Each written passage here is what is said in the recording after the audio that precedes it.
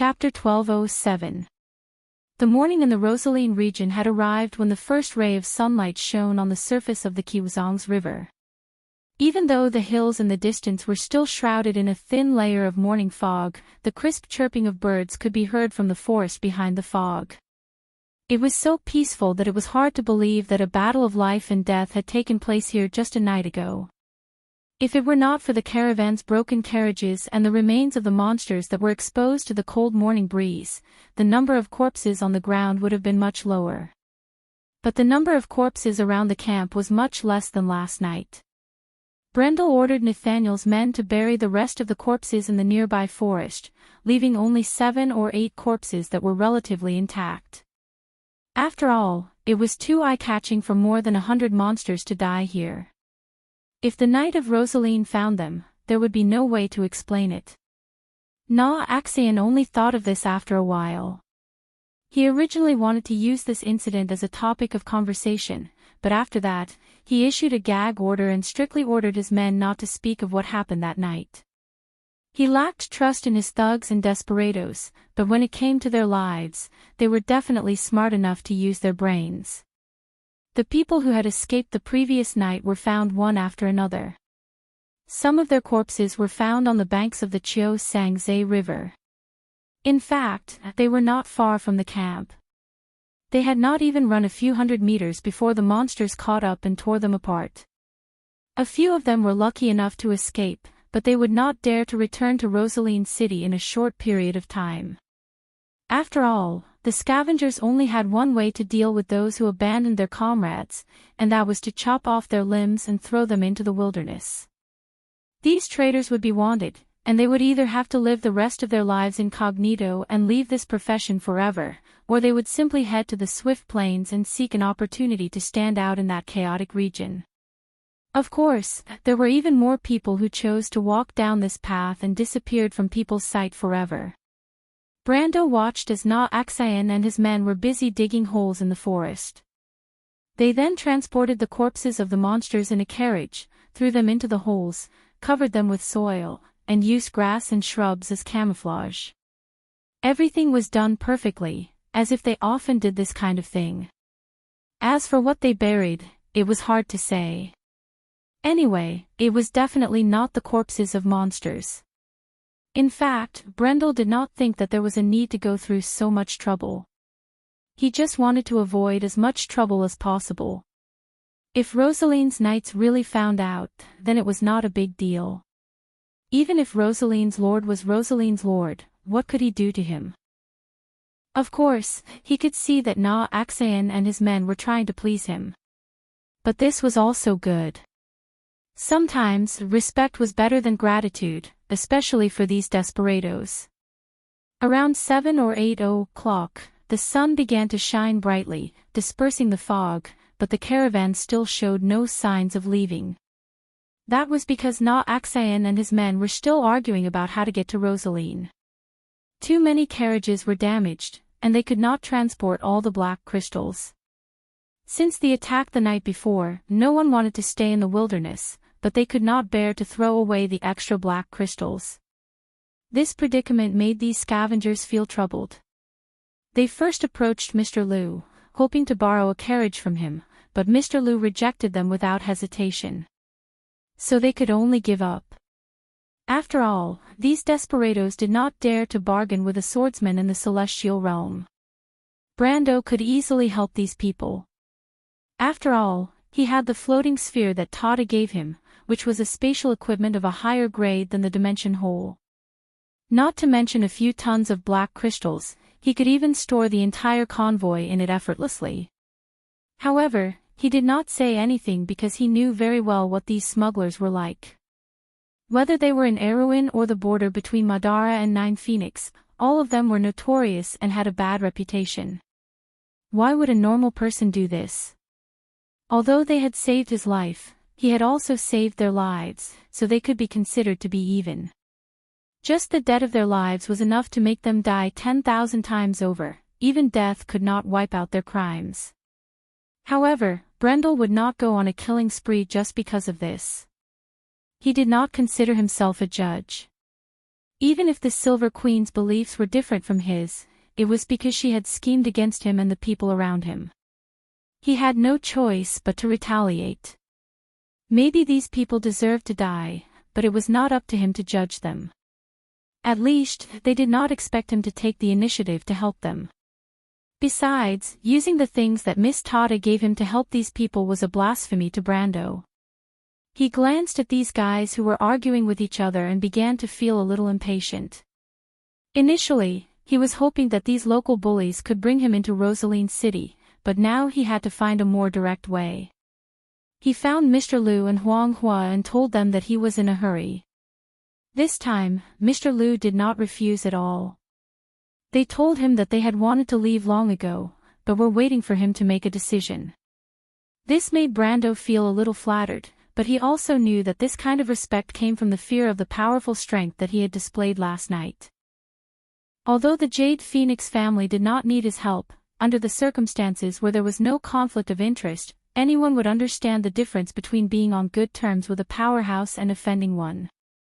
But just as the three of them were about to leave, Brando was surprised to see a group of humans on the other side of the Kiwazong's River. It was a group of knights who were wearing shiny silver armor and riding wingless dragons. The tip of their spears carried a swallow-tailed flag with the emblem of a crown. According to some information that Na Axayan had told him about Rosaline, he could tell at a glance that these knights should be the subordinates of Lord Rosaline. Brando could not help but be stunned for a moment. He did not expect to see Rosaline's knights patrolling here. When these knights saw Brando, Na Axayan and the rest, they could not help but be surprised. Brando saw these people tightening their reins to slow down the speed of the wingless dragons. They seemed to be discussing something with each other. Then, a person stepped out of the crowd and came to the Kiwazong's River. He shouted at them across the river. "Martha above, which group are you from?" "What group?" Brando was about to turn around and ask Na Axayan, but he saw that the scavengers had stopped arguing when the Knight of Rosaline appeared. Na Axayan walked out from the crowd and looked at him apologetically. He probably realized that his previous behavior might have been a little rude and had offended this lord.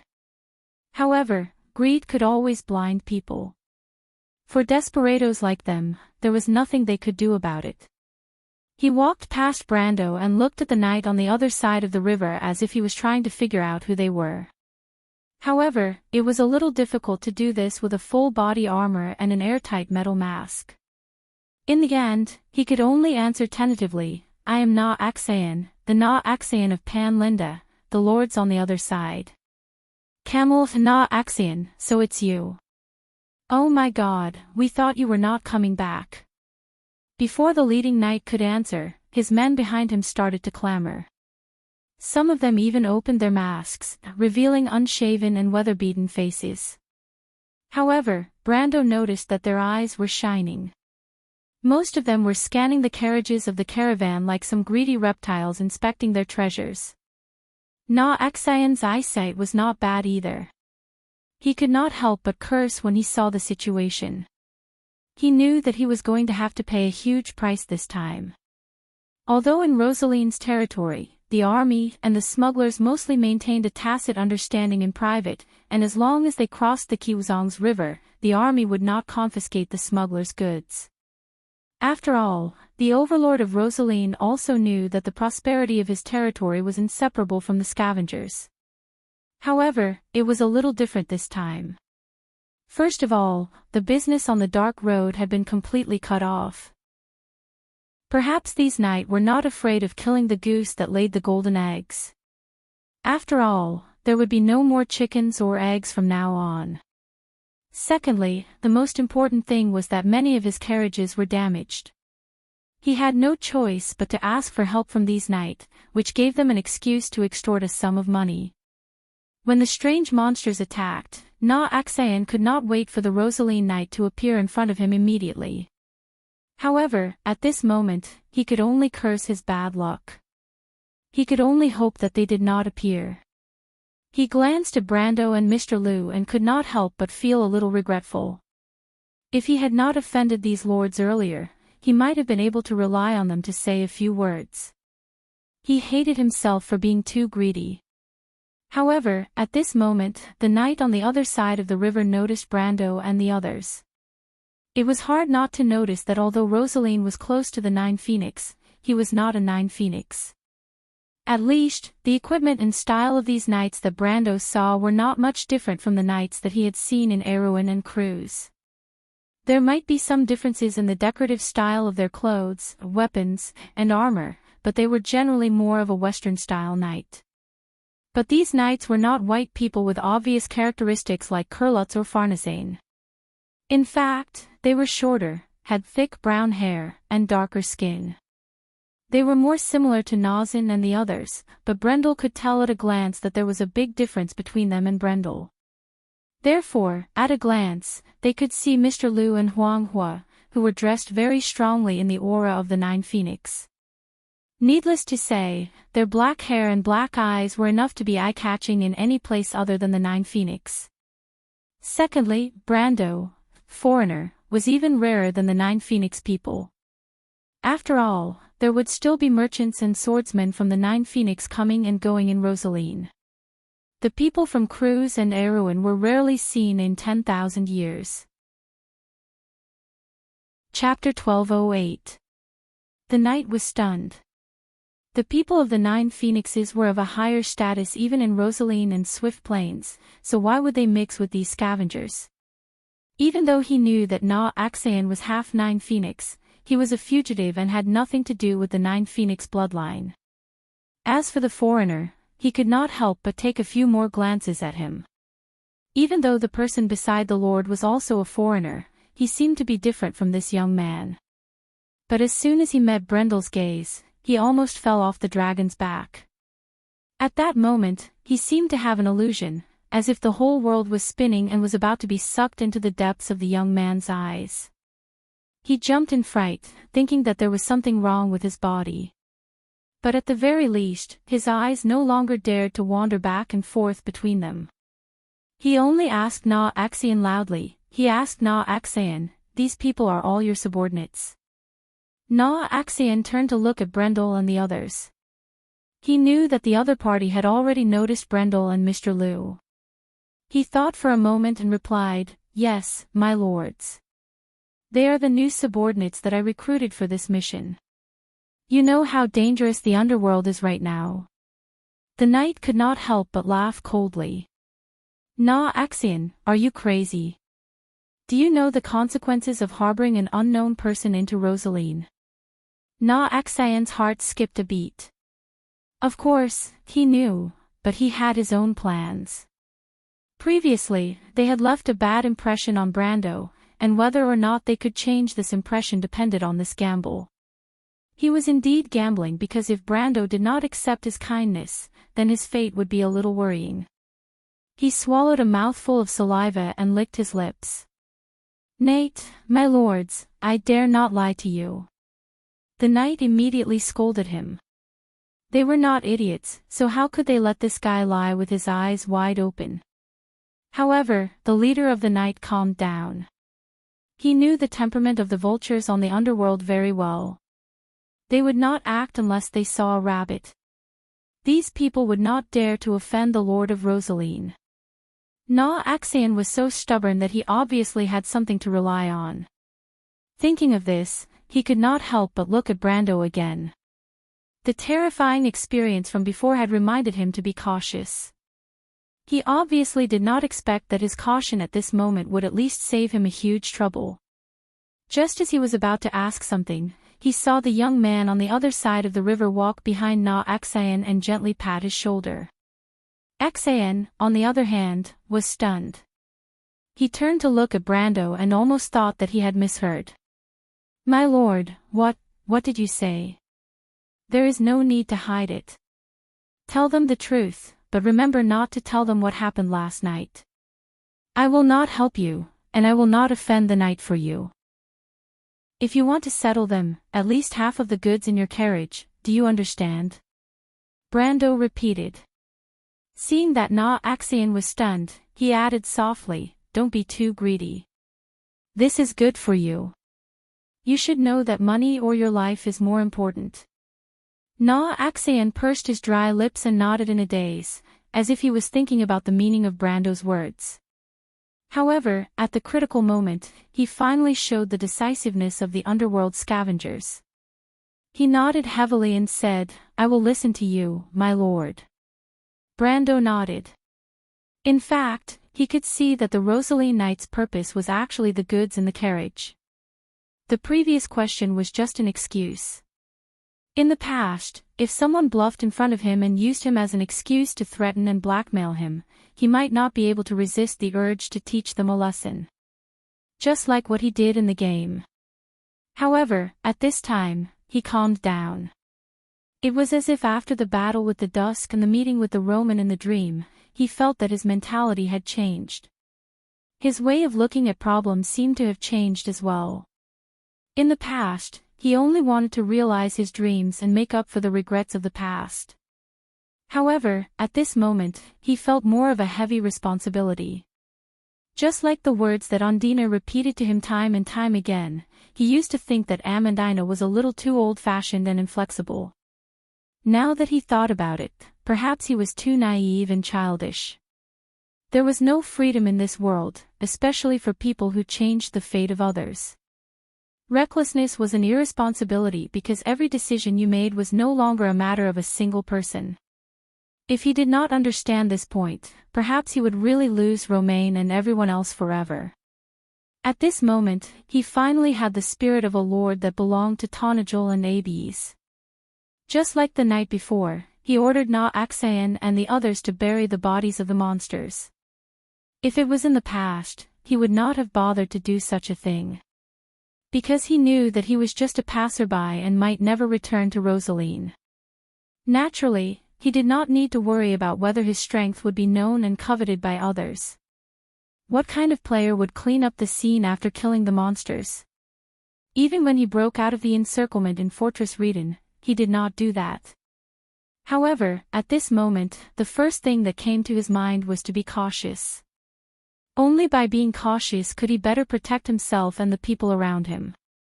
After receiving the order, Na Axayan went to negotiate with the Knights of Rosaline. Just as Brando expected, these knights were only interested in the goods of the caravan. When they knew that Na Axayan's caravan was attacked by monsters and needed their help, these knights could not help but smile. They immediately forgot about Brando, Mr. Liu, and Phoenix's identities. After all, Rosaline had not changed the ban, and they would still have to bear a lot of risk if they were to forcefully attack near the Qizong's river. However, now that these smugglers needed their help, it could not be better. As long as the price was agreed, everything was negotiable. If there was no need to fight, no one would be willing to use force. Everyone knew that the scavengers on the dark road were not to be trifled with. However, compared to the others, the leader of the knights seemed to be calmer. When he heard that Na Axayan and the rest were attacked by monsters last night, Brando noticed that his expression changed. He quickly asked, "You were attacked? How many monsters were there?" As soon as he asked, the other knight reacted and looked over, as if they were looking for the corpses of the monsters near the caravan's campsite. No matter how slow Na Axayan was, he could vaguely sense something when he saw this scene. He could not help but secretly look at Brando with admiration. In fact, he and his men did not even think about this problem. They wanted to use the corpses of the monsters as something to brag about. However, he did not know that Brando was also rejoicing at this moment. It seemed that Rosaline had indeed been attacked. If he had not buried the corpses, the news of him killing hundreds of monsters alone would have spread throughout the region in the blink of an eye. He did not know how big of a commotion that would have been. It was only at this moment that he felt that he had made the right choice to be more cautious. Na Axayan's thoughts flashed through his mind. He quickly repeated the lies that Brando had taught them previously. Although the number of monsters attacking the caravan with 7 or 8 monsters was a lot, at least it was still within an acceptable range. However, they did not expect that after Na Axayan finished speaking, the knight's expression became very strange. He could not help but ask, 7 or 8 monsters? Are you sure? Of course, Na Axian replied.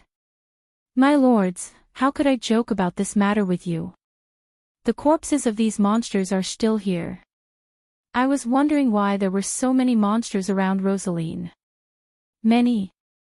The leader of the night could not help but sneer. You're lucky, Camel. You probably don't know that the monsters attacked Rosaline 3 days ago.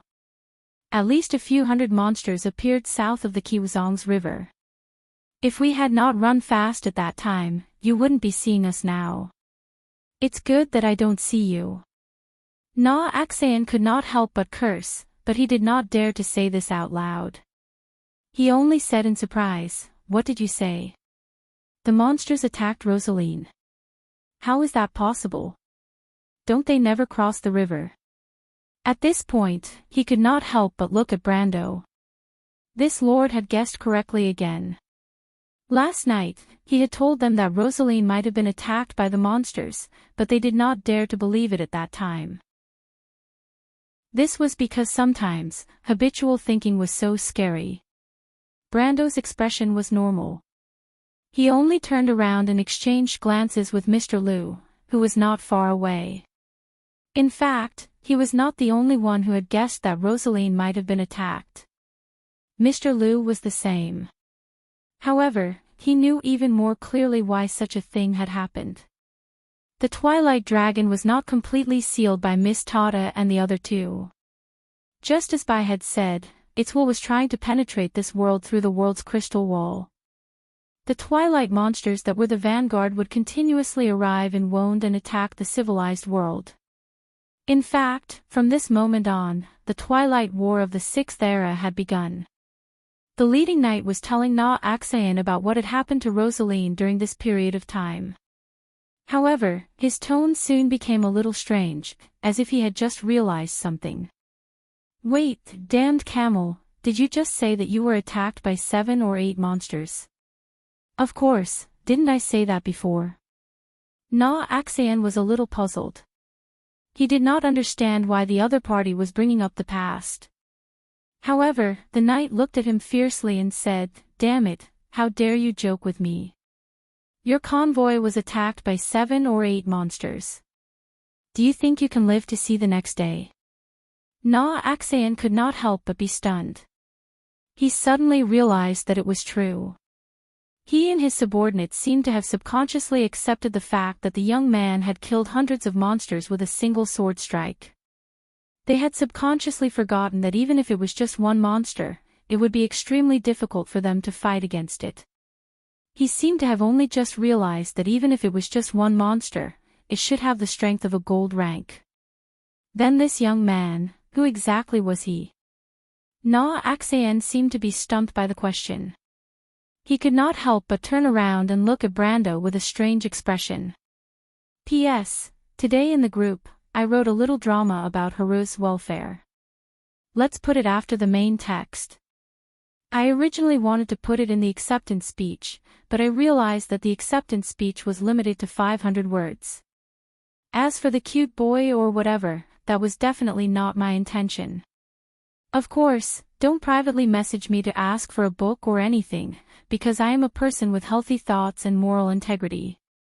His sparkling skin exuded a delicate luster under the moonlight. This was a well-proportioned body. His slender waist and snow-white shoulders seemed to be unable to bear the frailty, hidden under the languid silk satin and complicated lace. Haruz was like an angel, his back facing the light shining down from the rose window, falling on the delicate tips of his ears and fine, smooth collarbone. His long eyelashes trembled slightly like a frightened little beast, hanging with morning dew and teardrops.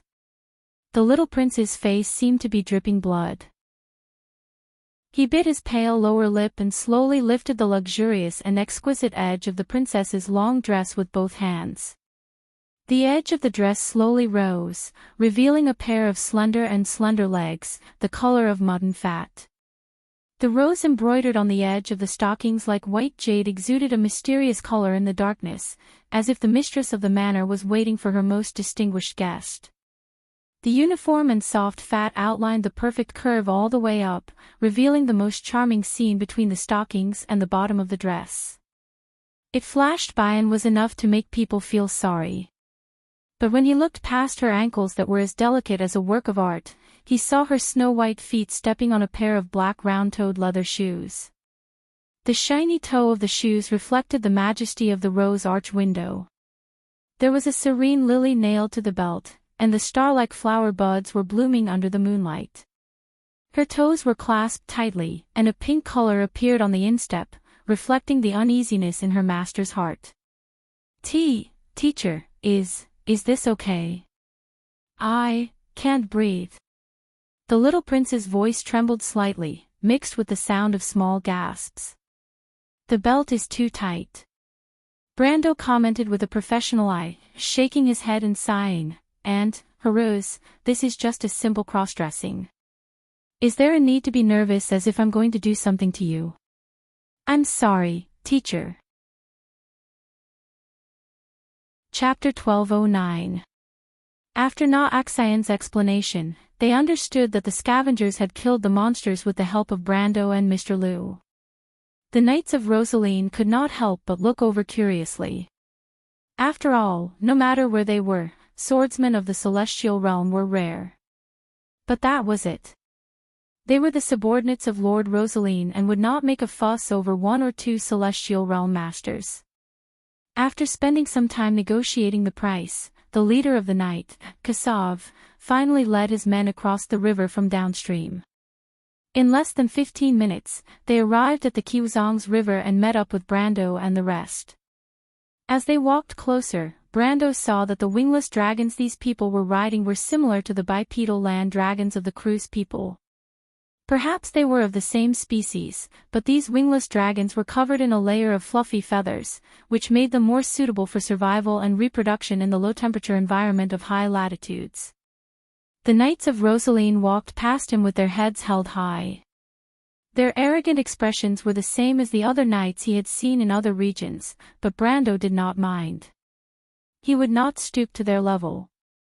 The knights brought a trail of dust to the vicinity of the caravan before tightening their reins and slowing down.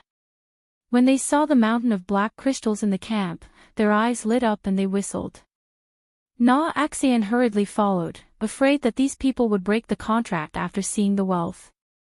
His face was as black as iron, but he heard the leader of the night, Kassav, sitting on his mount, ask, the battle was intense. Do you need to make such a big fuss just to deal with 7 or 8 monsters? He sniffed and frowned as he looked at the traces on the battlefield. Na-Axian couldn't help but curse inwardly. His lazy subordinates were indeed slacking off. He hurriedly replied, there were 7 or 8 mutants. If it weren't for the friends we met along the way, you wouldn't have been able to see me. It's not a good thing to see you. Kassav snorted. Na-Axian could only smile apologetically. The wrinkles on her face seemed to have piled up together, making her look like a withered chrysanthemum. Fortunately, Kassav didn't intend to pursue the matter further. He looked around and didn't rush in to grab a handful of black crystals and stuff them into his pocket like his subordinates. He even looked happy and cheerful. After all, he was different from his subordinates, so he had to maintain a bit of cultured and refined aristocratic etiquette, so that his table manners would not be too ugly. Besides, he would not miss out on a portion of the black crystals anyway, and the division of the profits had long been agreed upon.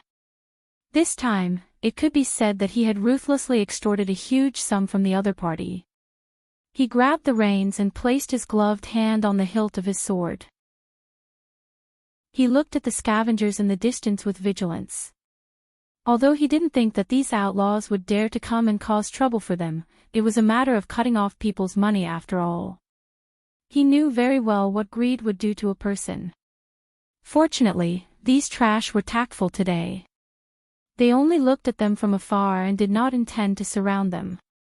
He felt a little strange and could not help but subconsciously look in the direction of Brando and the 2 9 phoenixes. With one look, he couldn't help but be stunned. Kassav's face revealed a doubtful expression. For a moment, he didn't pay attention to his subordinates. He pulled the reins to turn the ground dragon around and walked over to Mr. Liu and Huang Huo with his chin held high. Who are they? Kassav looked at the two and turned back to ask Na Axian. Mr. Lu looked at this guy and narrowed his eyes slightly, but he didn't say anything. Huang Hua stood behind Mr. Lu and looked up at this guy. She held her sword in one hand, and there was no trace of fear in her dark eyes. Of course, a celestial swordswoman had no reason to fear a mere knight. Na Axian's heart skipped a beat. Last night, he knew that these 2 9 phoenixes were not to be trifled with. He had also ordered the others to keep their mouths shut. Fortunately, everyone knew what the 9 phoenixes meant.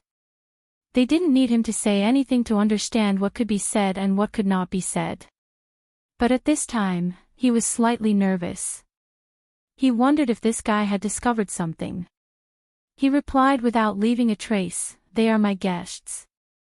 My name is Tormulo. He is also a guest who is traveling with us to Rosaline. You are from the 9 phoenixes." Kassav looked back and asked Mr. Lu and Huang Hua, "What are your names?" Huang Hua looked at him as if she was looking at an idiot. She didn't think he had the right to order her to say her name. How noble was the Jade Phoenix family? How could just anyone have the right to make her speak? She couldn't be bothered to talk nonsense with this guy. She turned around and left. She jumped into her carriage and pulled the curtain behind her. She didn't appear again.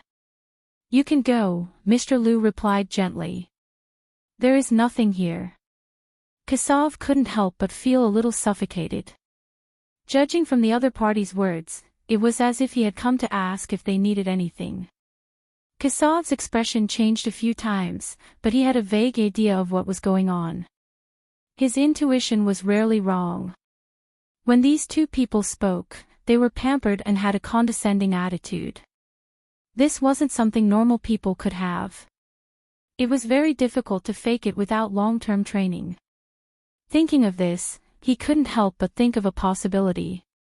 He looked at the other party again, then turned around and left without a word. Na Axian looked over and seemed to feel something. He wanted to go up and explain something, but was stopped by Brando. "What does he mean?" Brando looked in the direction Kassav left and asked Na Axian. He might have recognized that Mr. Lu and the others are not ordinary. "Sir, Mr. Lu and the others are too obvious. They can't hide from people who are observant." Na Axian sighed. Kassav's nose is too sharp. If only Benham was the one patrolling today. So what if he recognized them? Nothing much. If they are unlucky, it will be very troublesome. The situation in Swift Plains is very complicated. I can't explain it clearly in a short time.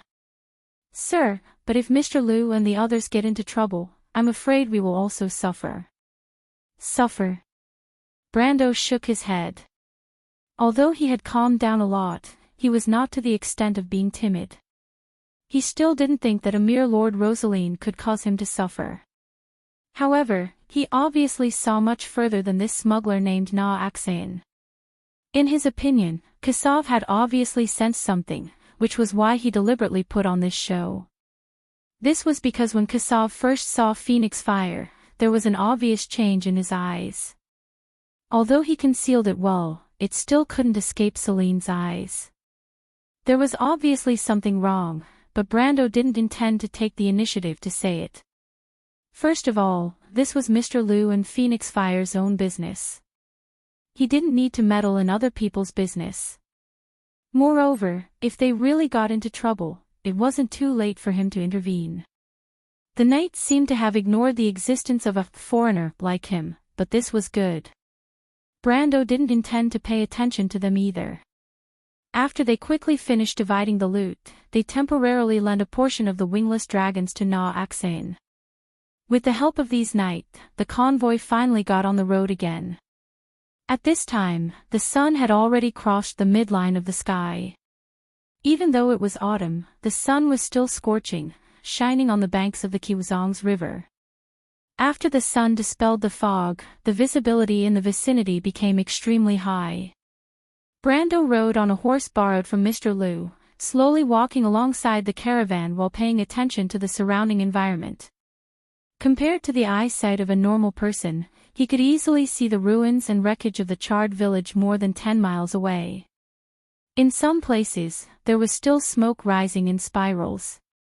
The crystal clusters couldn't have caused such destruction. This was obviously the work of the humans.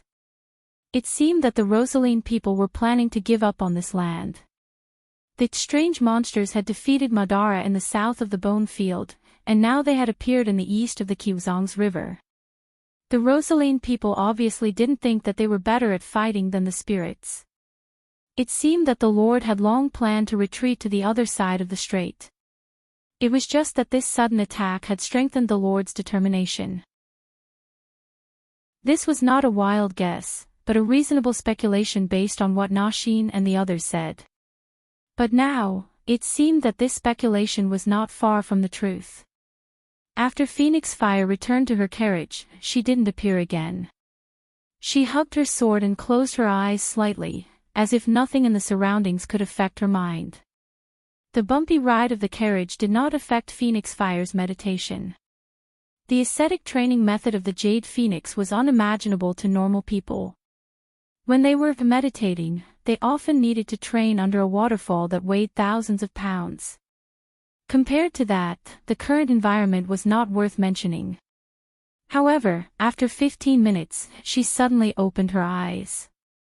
Her eyes were as black as ink, and there seemed to be stars flashing in them. "Mr. Liu, what do you want to remind me of?" "You did very well just now, Second Lady." After a while, Mr. Liu's low voice came from outside the carriage. "The night just now looked strange. He might have recognized us." "How could he recognize us? Has the ghost chariot arrived at Rosaline?" "Now that I think about it, this is the only possibility left." "So, we leaked the news." "I haven't thought about it yet. It's also possible that we were discovered when we left Elm Harbor. They might have guessed our next route and prepared in advance. When did the ghost chariot become so sharp? This is the Swift Plains after all. If it's that person, it's not impossible. Is it the genius of the Ghost Chariot clan that appears once in 1,000 years? Yes. Then what should we do next? Are we still going to Rosaline? We have to. This is the only place on this side of the strait. I don't know how they knew we would come here and not to Lubeck. Chapter 12:10. After hearing Mr. Liu's words, Huang Hua fell silent. She clearly understood the meaning behind the words, "those people." If it weren't for the Starfall incident, we would have gone to Lubeck. I can only say that it's fate. They were lucky enough to win the bet. Mr. Liu rode on his horse and held his sword behind his back. He cupped his hands toward the carriage and said, "But don't worry, Second Mississippi. Since the Phoenix King has entrusted your safety to me, I will definitely protect you. I believe in Mr. Liu." Huang Hua nodded slightly. Mr. Liu then bid farewell and left. However, after leaving the carriage, he did not go far. Instead, he rode his horse and chased after Brando, who was not far ahead. "Mr. Liu, please wait." Hearing this voice from behind, Brando was not surprised. He tightened the reins in his hands and slowed down the pace of his horse. He smiled slightly and replied without turning his head, "What can I do for you, Mr. Liu?" Mr. Liu was slightly stunned. He was shocked by Brando's pure Nine Phoenix language. He did not know that Brando had the ability to listen and learn at the same time.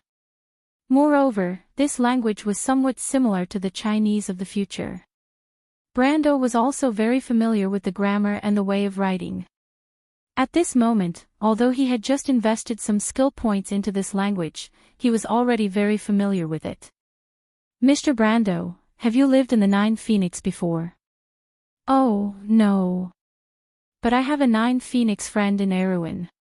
Coincidentally, I learned the Nine Phoenix language from her," Brando replied.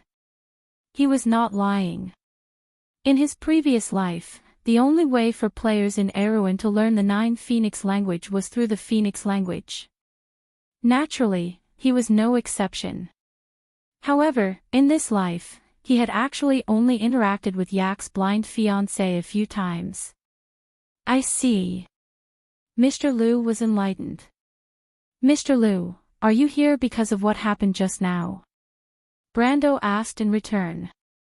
Mr. Liu nodded with a serious expression. That guy seems to know you. What's going on? Do you have old grudges with the Lord of Rosaline? That's not true. Then I think there must be something on you that he covets. However, this old man is a little unwise. If it were me, I probably wouldn't make an enemy out of Nine Phoenix because of greed, Brando replied. Mr. Liu smiled bitterly. Not really. To be honest, this matter may have something to do with my and the second lady's identities. It may be a little troublesome. There may be enemies in Rosaline who have already targeted us. Enemy? Brando was slightly surprised. He knew very little about the Nine Phoenixes, so he didn't know that the Jade Phoenix lineage of the Nine Phoenixes had enemies. Mr. Liu nodded and told him without hesitation, Mister, you may not know this, but the Phoenix has 9 surnames, including our Liu family. The Nine Phoenix branch was actually established by 9 hidden sects, representing the 9 sword sects passed down from the ancient times of the Nine Phoenix. These 9 sects are the Desert Wind sect represented by the Jade Phoenix lineage, the Steel Soul sect passed down by our Liu family, followed by the Rock Dragon, Tiger Claw, Iron Heart, Pious Heart, White Raven, Shadow Hand, and the Sunset 7 sects, known as the 9 Swords of Dugu. Among these 9 swords, the Desert Wind, Iron Heart, and White Raven are the most respected. They are known as the 3 Supreme Swords. After the Battle of Broken Jade, the remaining 5 swords in the world all supported the Jade Phoenix lineage as the most respected. Therefore, the Jade Phoenix lineage is also known as the Nine Phoenix royal family. The Jade Phoenix said that all males have the surname Feng, while females have the surname Huang. There is a monarch above and a group of officials below. After the monarch, the eldest son will be the heir apparent. Among the females, one can inherit the soul of the Jade Phoenix and inherit the supreme inheritance of the Jade Phoenix lineage. She will become the guardian of the Jade Phoenix lineage, Mage Jade Phoenix. Brando didn't know much about the 9 Phoenixes, so when he heard these things that might be common knowledge to the 9 Phoenixes, he couldn't help but listen with great interest. However, when he heard this, he still reacted. So, Miss Huanghua. Speaking of this, Mr. Liu nodded. Second Miss is the most talented descendant of this generation of the Jade Phoenix lineage. Brando thought of another thing and couldn't help but ask, I heard that she has an elder sister? Mr. Liu was stunned for a moment and couldn't help but look at Brando. He didn't expect Brando to really know Huang Yu. He only thought that he had mentioned this when he had a long talk with Second Miss by the bonfire last night. At the mention of that amazing name, he couldn't help but sigh and said, Indeed, Second Miss is right. She does have an elder sister called Huang Yu. Miss Huang Yu may be the most outstanding descendant in the history of the Jade Phoenix lineage and has the highest compatibility with the soul of the Jade Phoenix. Unfortunately, she went missing during the training 7 years ago. Since then, there has been no news of her. It is precisely because of this reason that Second Miss has to embark on this path. Compared with her other sisters, she can be said to be the best choice left in the Jade Phoenix lineage. Therefore, she can't afford to lose. Can't afford to lose. This is what I want to talk to you about, Mr. Brando. In fact, the Jade Phoenix lineage and the Nine Phoenix lineage is not smooth sailing. In ancient times, the Nine Phoenix lineage got its name from the ancient Black Bird Ghost Chariot. When our country was just established, the people who led the other 8 major sword sects were actually the Ghost Chariot clan, whose totem was the ancient mythical beast called Swanee. At that time, the Iron Heart sword stream led by Ghost Chariot was the first sword of the Nine Phoenix lineage, followed by the Jade Phoenix lineage's Desert Wind swordsmanship and the Green Phoenix lineage's White Raven swordsmanship. At that time, the Nine Phoenix Kingdom had 9 swords and could be said to be the most powerful empire in the Nine Phoenix area. Unfortunately, the good times didn't last long. Mr. Brando, in the general trend of the Nine Phoenix, those who are righteous get more support while those who are unrighteous get little support. Since the Ghost Chariot lineage became more and more stubborn, cruel, and muddle-headed, they were eventually overthrown by the other 8 sections. From that moment on, the Jade Phoenix lineage was jointly supported by the remaining families and ascended to the throne. Brando did not expect the Nine Phoenix to have such a history. However, human history was mostly divided and could not escape the law of history. Therefore, he did not appear too surprised. However, he could hear the subtext in Mr. Liu's story. The losers would obviously not give up so easily. If the descendants of the Ghost Chariot lineage were still alive, then they were indeed the mortal enemies of the Jade Phoenix lineage. Sure enough, according to Mr. Liu's description, after the Ghost Chariot clan lost their orthodox lineage, they went from being in the light to being in the dark. These people called themselves the Night Owls. Although they could not establish themselves in the Nine Phoenix area, they went to places like the Swift Plains and established a huge underground force. In the past 1,000 years, the grudge between them and the Jade Phoenix royal family had been accumulating. In fact, there had been hundreds of battles in the open and in the dark. As early as a few decades ago, the Jade Phoenix royal family joined forces with the Liu family to kill the most outstanding genius of the younger generation of the Ghost Chariot clan. In less than half a century, the Ghost Chariot clan returned the favor. It was widely rumored among the people of the Nine Phoenix that Huang Yu's disappearance was due to the Ghost Chariot clan. Therefore, today, Huang Hua's training trip had become so important. After the Jade Phoenix clan lost Huang Yu, a once-in-a-thousand-years genius, they could no longer tolerate such a thing happening again.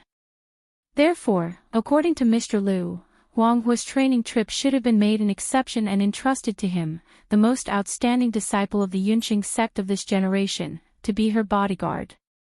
However, among the descendants of the Ghost Chariot, there was a genius who was on par with Huang Yu. Although Mr. Liu had not seen this person, according to the rumors around the Swift Plains and Taiga Strait, this person was comparable to the first generation of the Ghost Chariot clan, the founder of the Iron Heart Sword sect. When Brando heard this, he could not help but raise his eyebrows. He thought to himself, another genius. Huang Yu was the chosen one, and her sister seemed to be on par with her. This so-called descendant of the Ghost Chariot seemed to be a genius on par with the former. This era was indeed an eventful one. So, Mr. Liu suspects that the Ghost Chariot is already in front of you and that Rosaline has his eyes on you? Brando asked, but it's a little strange. You just set off from Tormulo. Even if someone leaked the news, they would not be ahead of you. How did the people of the Ghost Chariot know your whereabouts? Mr. Liu shook his head. Clearly, he did not understand this point.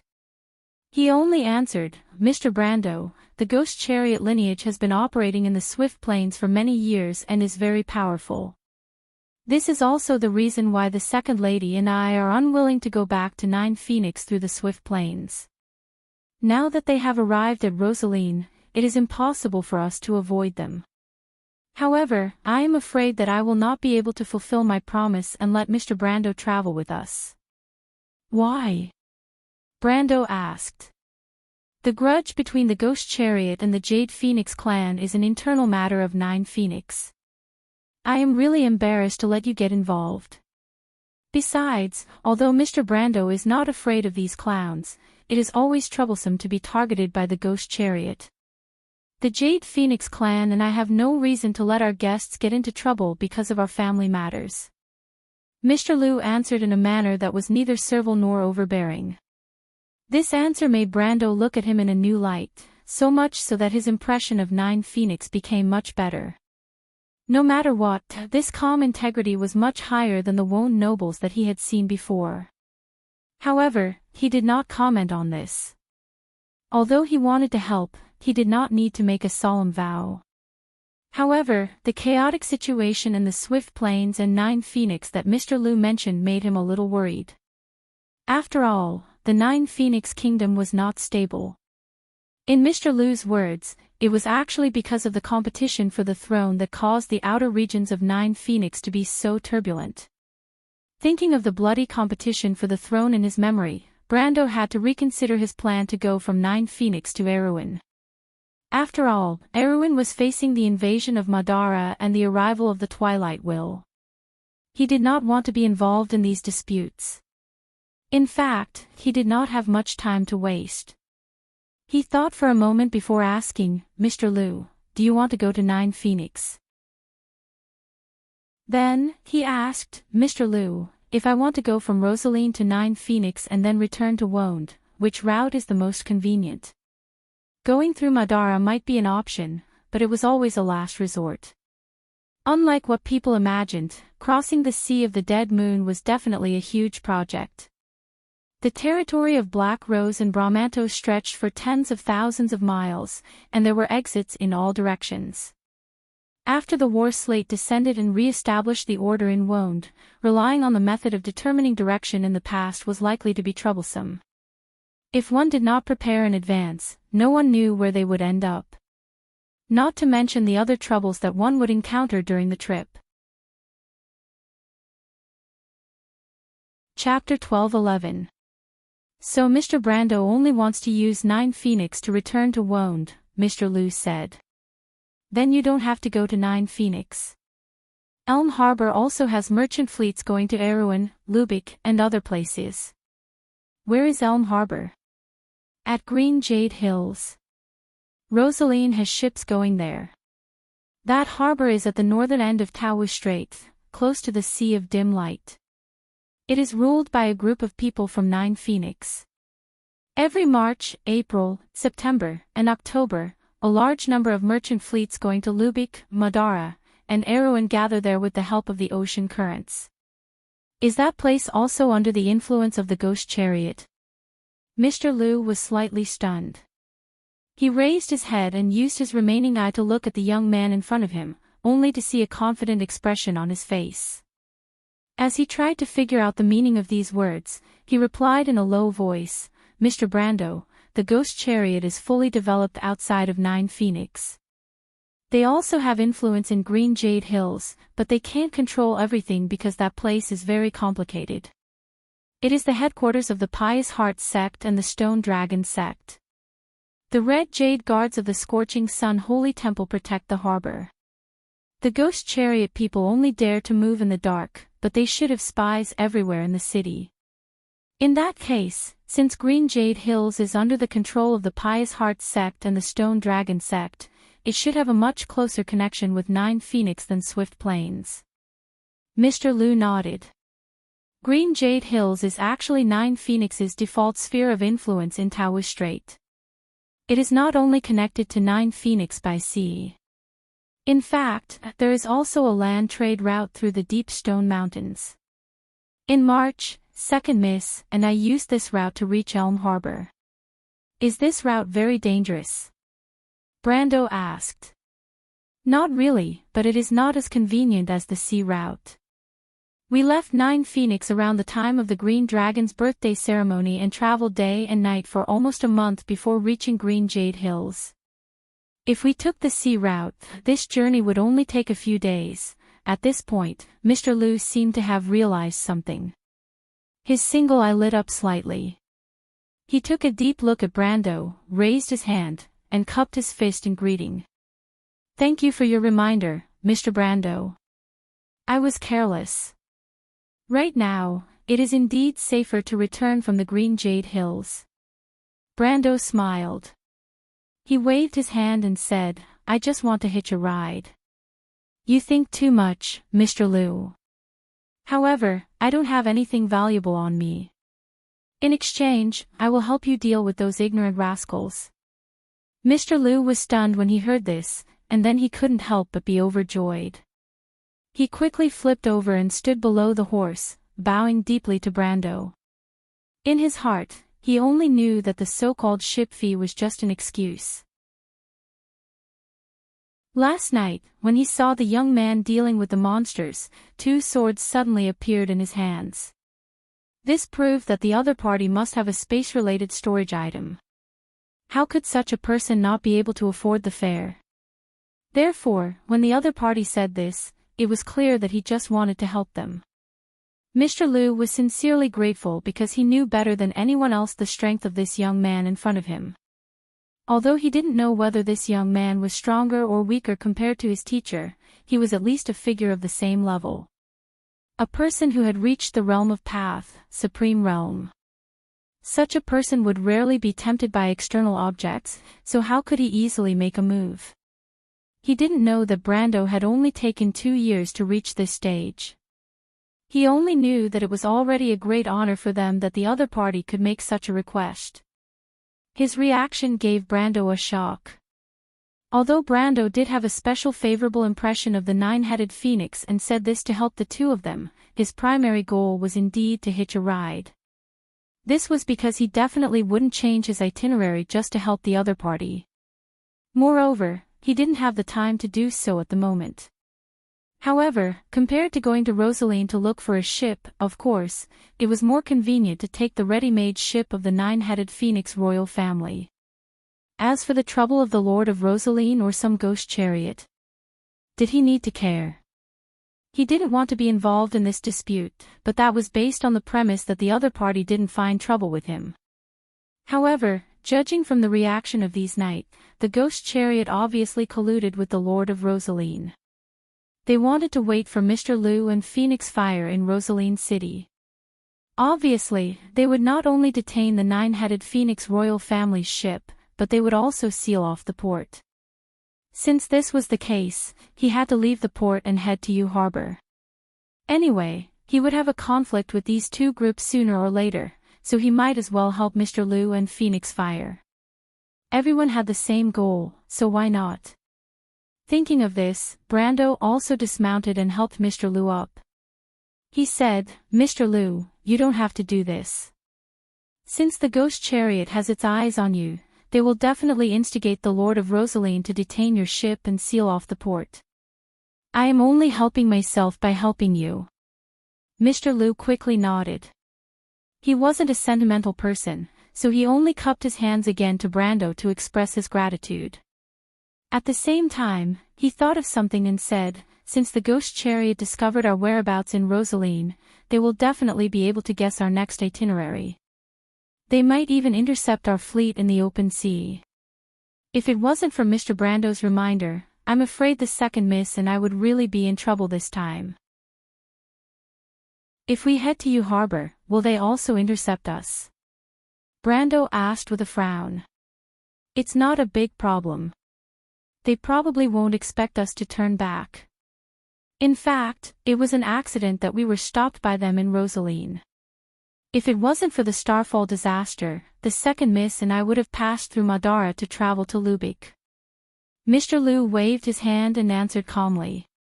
After hearing this, Brando's heart skipped a beat. He suddenly asked, "In that case, you are heading to Madara from Yu Harbor?" Mr. Liu was stunned by this question.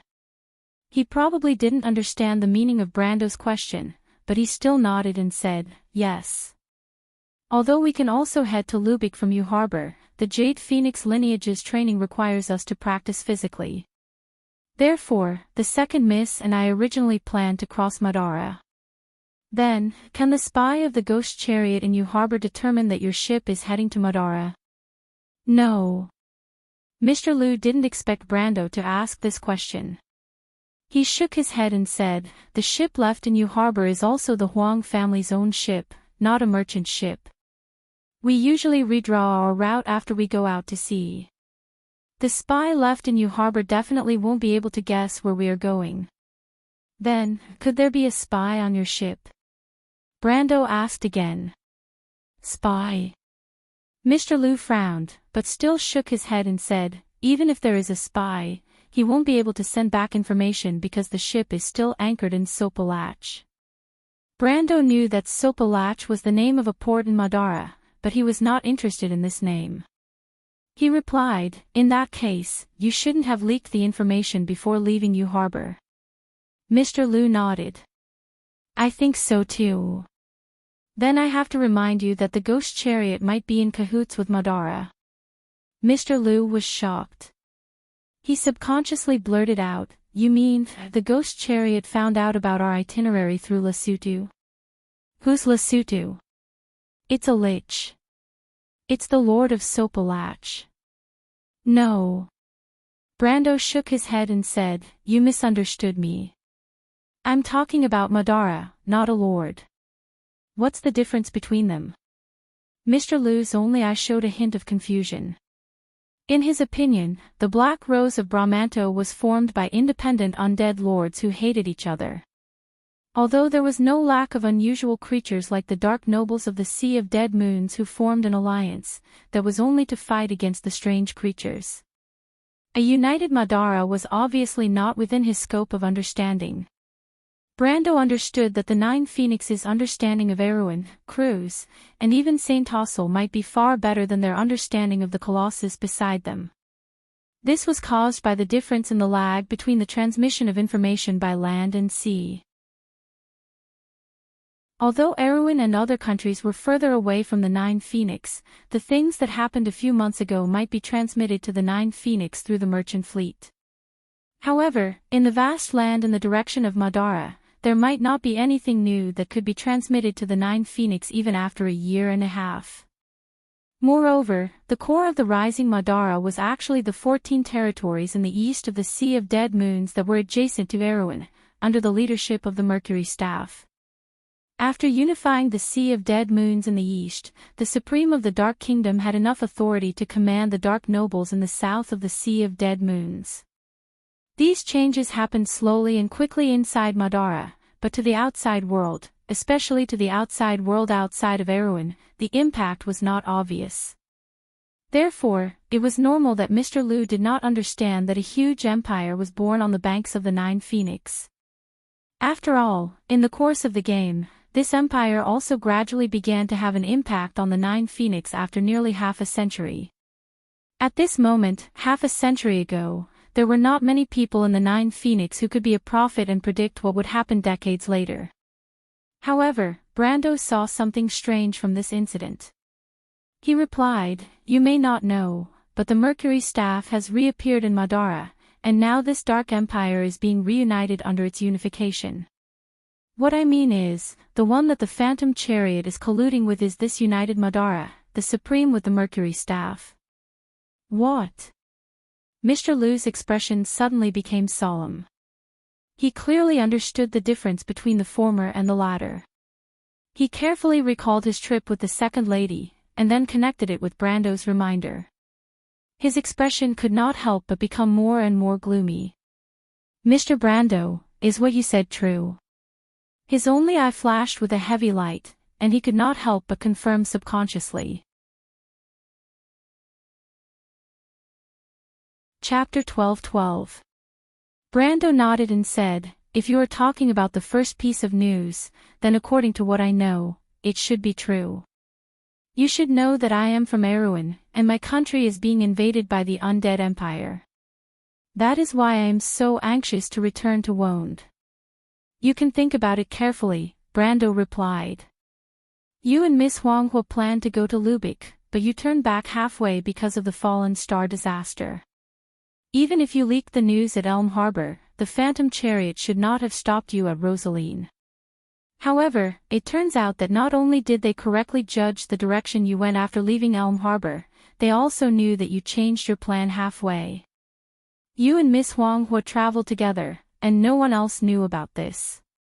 The only outsiders you met along the way were me and Mr. Exayan, but according to your description, they could not have sent the news to Rosaline in advance.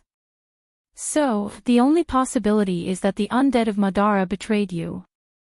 Brando paused for a moment before continuing, "But the undead are independent. You passed through at least 10 territories of the undead lords along the way. How did the Phantom Chariot determine that you would go to Tormulo and arrive at Rosaline? There is only one possibility, and that is that the will of the Mercury Staff reached the eastern border of Madara and colluded with the Phantom Chariot. Brando stopped here and did not continue speaking. Unlike Mr. Liu, his eyes were not limited to the 9 phoenixes. That was why when Mr. Liu told him about the secret between the Jade Phoenixes and the Ghost Chariot, he realized that Madara's undead might be behind this. There was no other reason other than the fact that Rosaline was too close to Madara, and it was too much of a coincidence. What benefits would the Supreme One with the Mercury Staff gain by colluding with the traitors of the 9 Phoenixes? This was hard to say. In fact, he was not too sure either. Unless the Black Rose of Brahmanto was willing to stir up trouble in both the East and the West, this was the only way to explain their intentions. However, this was a little too arrogant. Mr. Liu did not know much about the War of the Black Rose in Erewhon, but he had a deeper understanding of the situation in the 9 Phoenixes. His face darkened when he heard this. He could imagine how troublesome it would be if the Phantom Chariot had the support of the undead and attacked the 9 Phoenixes from the Swift Plains and the Green Jade Hills. But did those people have the guts? Will Madara attack the 9 Phoenixes? He could not help but ask. Brendel shook his head and did not answer. It was hard to say. After all, he did not know what that lunatic with the Mercury Staff was thinking. Although Madara had always coveted the fertile lands in the south of Erewhon and Saint Tassol, their purpose in starting the war was obviously not just for that. In the future, the undead attacked the civilized world as if they wanted to destroy the entire world. If not for the fact that they were Martha's followers, the players outside of Madara would have thought that the undead had become the Twilight Dragon's pawns. Their intention to attack had obviously exceeded their desire to occupy resources and had become a purely crazy behavior. If not, Cruz, Fanzin, and Saint Tassol would not have joined forces to fight against Madara. Maybe it's not as bad as you think. Brando continued, Madara also has enemies in the west. Cruz, Erewhon, and the elves are all wary of these inhumans. They may simply want to use the Phantom Chariot's hatred for the 9 Phoenixes to do something in the Swift Plains. After all, they are starting a war in the west. They don't want to have a strong opponent behind them. Brando thought for a while, and it seemed to be the only explanation. However, he suddenly realized that his choice to help Mr. Liu and Phoenix Fire was probably the right choice. Since the enemy was afraid, it must be the weakness that they were most worried about. If he could rope in the 9 Phoenixes, perhaps Madara would not be able to invest all of their forces in the west. At least, it would be good to attract the attention of the Dark Empire. Mr. Liu nodded. He was not an indecisive person. Anyway, no matter what the undead were up to, the most important thing now was to escort the second lady back to the 9 Phoenixes. The Jade Phoenixes could not afford to lose another heir. The Phantom Chariot's trick was naturally much better than hiding it in the dark. Thinking of this, he could not help but be grateful for Brando's reminder. If not, the 9 Phoenixes would only realize that there was a huge undead empire behind their opponent when the Phantom Chariot started moving. Mercury Staff, he secretly remembered this name in his heart. But at this time, Brando thought of another thing.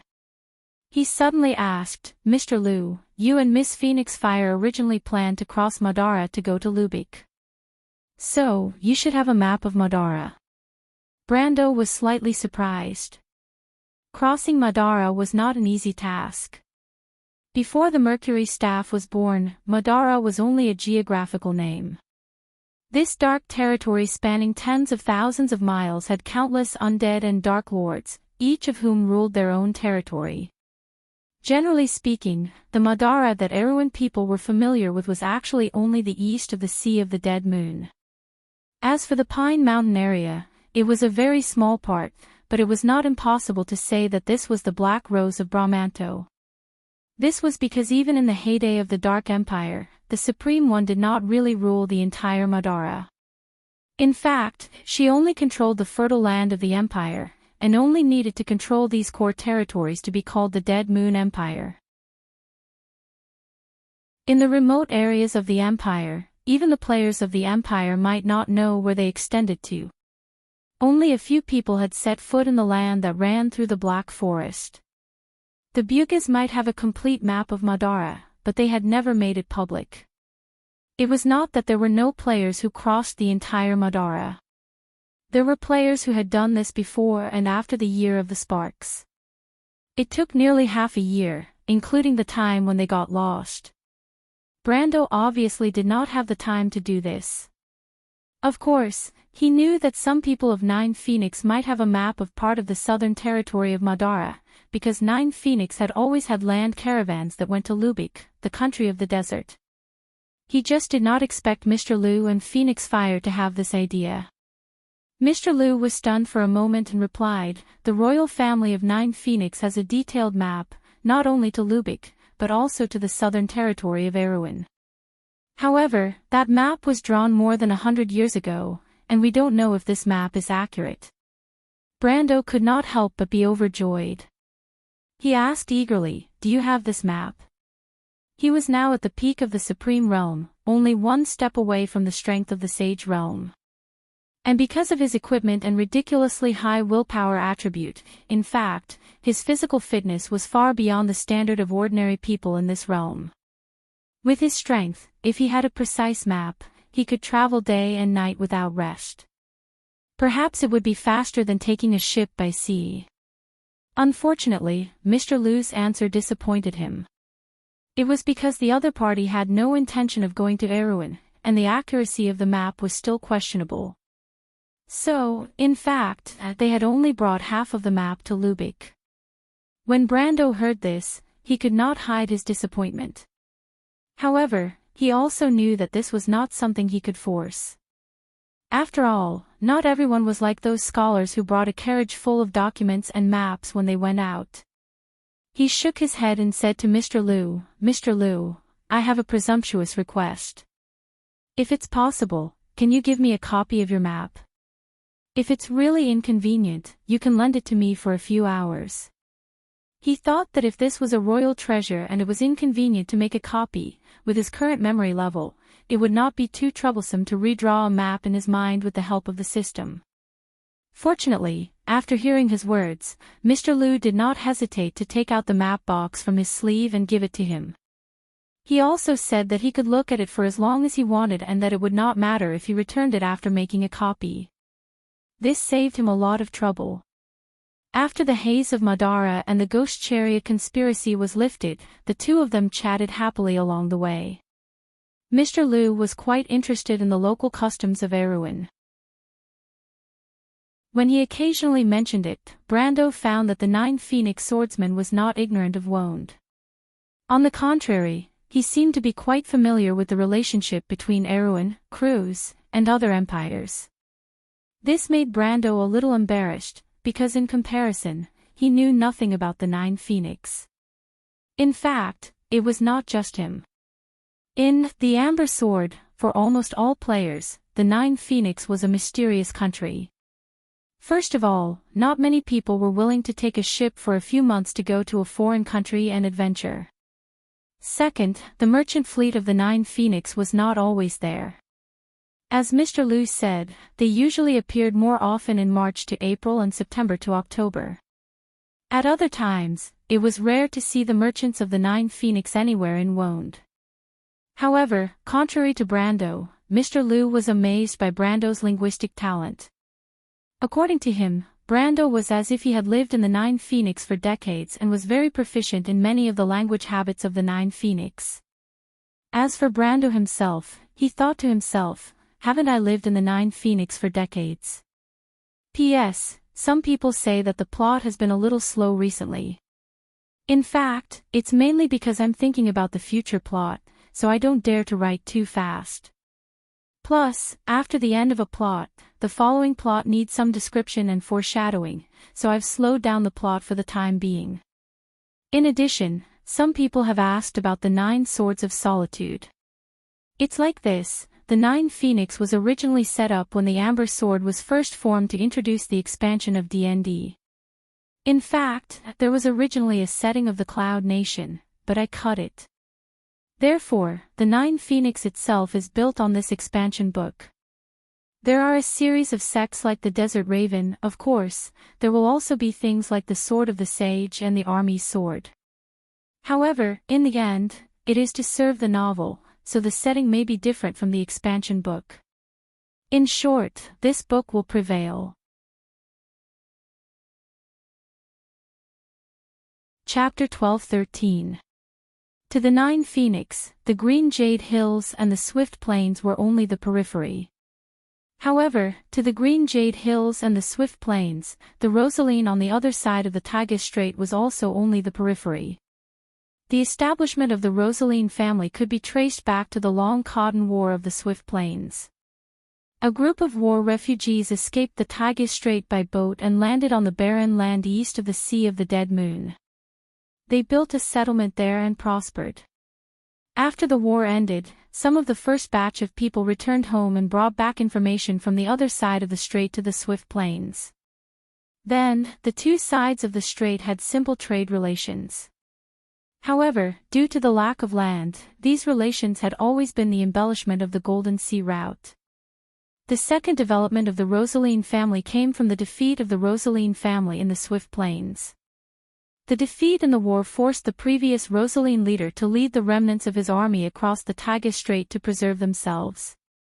The natives of the Rosaline family could not resist, or rather, they did not resist, these destitute knights from the other side of the strait. They stayed there for centuries. The Rosaline family built a permanent castle and used their meager production to maintain their rule over the land. The castle of the Rosaline family was built abruptly on a promontory, overlooking the messy towns on the beach below. Because they had to resist the invasion of the spirits of the dead in the past few centuries, the city was surrounded by walls and tall sentry towers, making it look somewhat like a military fortress. The carriages followed the main road to the city gate. Only then did a head poke out from the city wall. That person saw the knight below and hurriedly gestured to the sentry towers on both sides. The soldiers in the towers pushed the winch and the city gate was raised.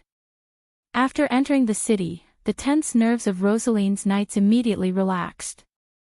They had already filled their pockets to the brim. At that moment, they all dismounted from their horses and greeted their familiar colleagues at the sentry posts on both sides of the city gate fortress. They began to joke with each other. Kassav turned his horse around and passed through his subordinates. He came to the side of Brando and Mr. Liu, who were riding side by side. He glanced at the two of them and said to Na Axayan, who was not far away, "Rosaline is currently under martial law. You know the rules and don't cause any trouble. The merchant fleet from Swift Plains just left. There should still be empty rooms in Storm Shadow." Na Axayan hurriedly agreed. Unlike Brando and Mr. Liu, he did not dare to offend the Lord of Rosaline's territory. These knights represented the authority of the Lord of Rosaline, and they were not people that a smuggler like him could challenge. After the knight left, the leader of the caravan, or perhaps the leader of the smugglers, became gloomy. He spat and ordered his men to search for those who had escaped the night before to see if they had made it back to Rosaline. The scavengers had their own rules, and they couldn't be violated easily. Brando watched the mixed-blood Rosaline give orders. After dismissing everyone, he came to his side and said to him in a fawning manner, "Sir, I think that Kassav is up to no good." "Oh." He pretended not to know. Mr. Liu also looked at Na Axayan. Since he had reached an agreement with Brando, he did not interrupt. He sat quietly on his saddle and held his reins, watching the two negotiate. "Sir, I'm afraid that Kassav has recognized Mr. Liu and Miss Huanghua. I think he is up to no good," Na Axayan whispered to Brando. "Oh, why do you say that?" He was a little strange at the Kiwuzong's river. If it were in the past, he would have demanded an exorbitant price when he saw so many black crystals. However, after he asked about Mr. Liu and Miss Huanghua's identities, he was obviously distracted. A few of his subordinates secretly talked to him about taking advantage of us, but they were chased away by him. A few of my subordinates happened to hear their argument. I don't think that Kassav is that righteous. Also, He licked his dry lips and continued, he actually had the heart to remind us that if we were to exchange our lives, it would have nothing to do with these nights. If you ask me, I think he's hoping that we'll run out of luck sooner. I think the main point of his words was the last sentence. He reminded us that there was still an empty room in Storm Shadow. I think those words were meant for you and Mr. Liu. What is Storm Shadow? It's an inn in Rosaline City. You mean he wants us to stay there? Brando looked at the smuggler with interest. He didn't care why the smuggler was showing him kindness, but he did need someone like that right now. As for whether or not the smuggler was reliable, it didn't matter. Na Axian hurriedly nodded. His skin was dark, and there were deep wrinkles on his forehead. He didn't look like a merchant, but more like a sailor who lived by the sea all year round. Unlike the typical desperados and gamblers, his character was somewhat like those who made a living at sea. There was no lack of risk in him. He had made a living in the underworld for decades. Although he had saved a lot of money, his deepest wish was to return to the Nine Phoenix. When Huang Hua and Mr. Liu appeared, he vaguely realized that this opportunity might have appeared. It was a pity that he didn't find this opportunity along the way. However, after Brando woke up, the Knight of Rosaline finally presented this opportunity to him. Therefore, when Brando asked him to share half of the profits of the caravan with the Knight of Rosaline, although he was reluctant, he was actually more excited. He knew that such a high and mighty person would definitely disdain taking advantage of a small character like him. As long as he behaved more respectfully, he would definitely be able to obtain that opportunity for himself. Now, this opportunity was almost right in front of him. Brando shook his head. A crystal the size of a thumb appeared in his hand, and he threw it forward. Na Axian, I need you to do something for me. Na Axian hurriedly caught the crystal. A flame-patterned red crystal. He sucked in a breath of cold air, almost loosening his grip on the priceless item and dropping it to the ground. He hurriedly clenched his fist and carefully covered the item in his palm. This was a magic crystal of the highest grade.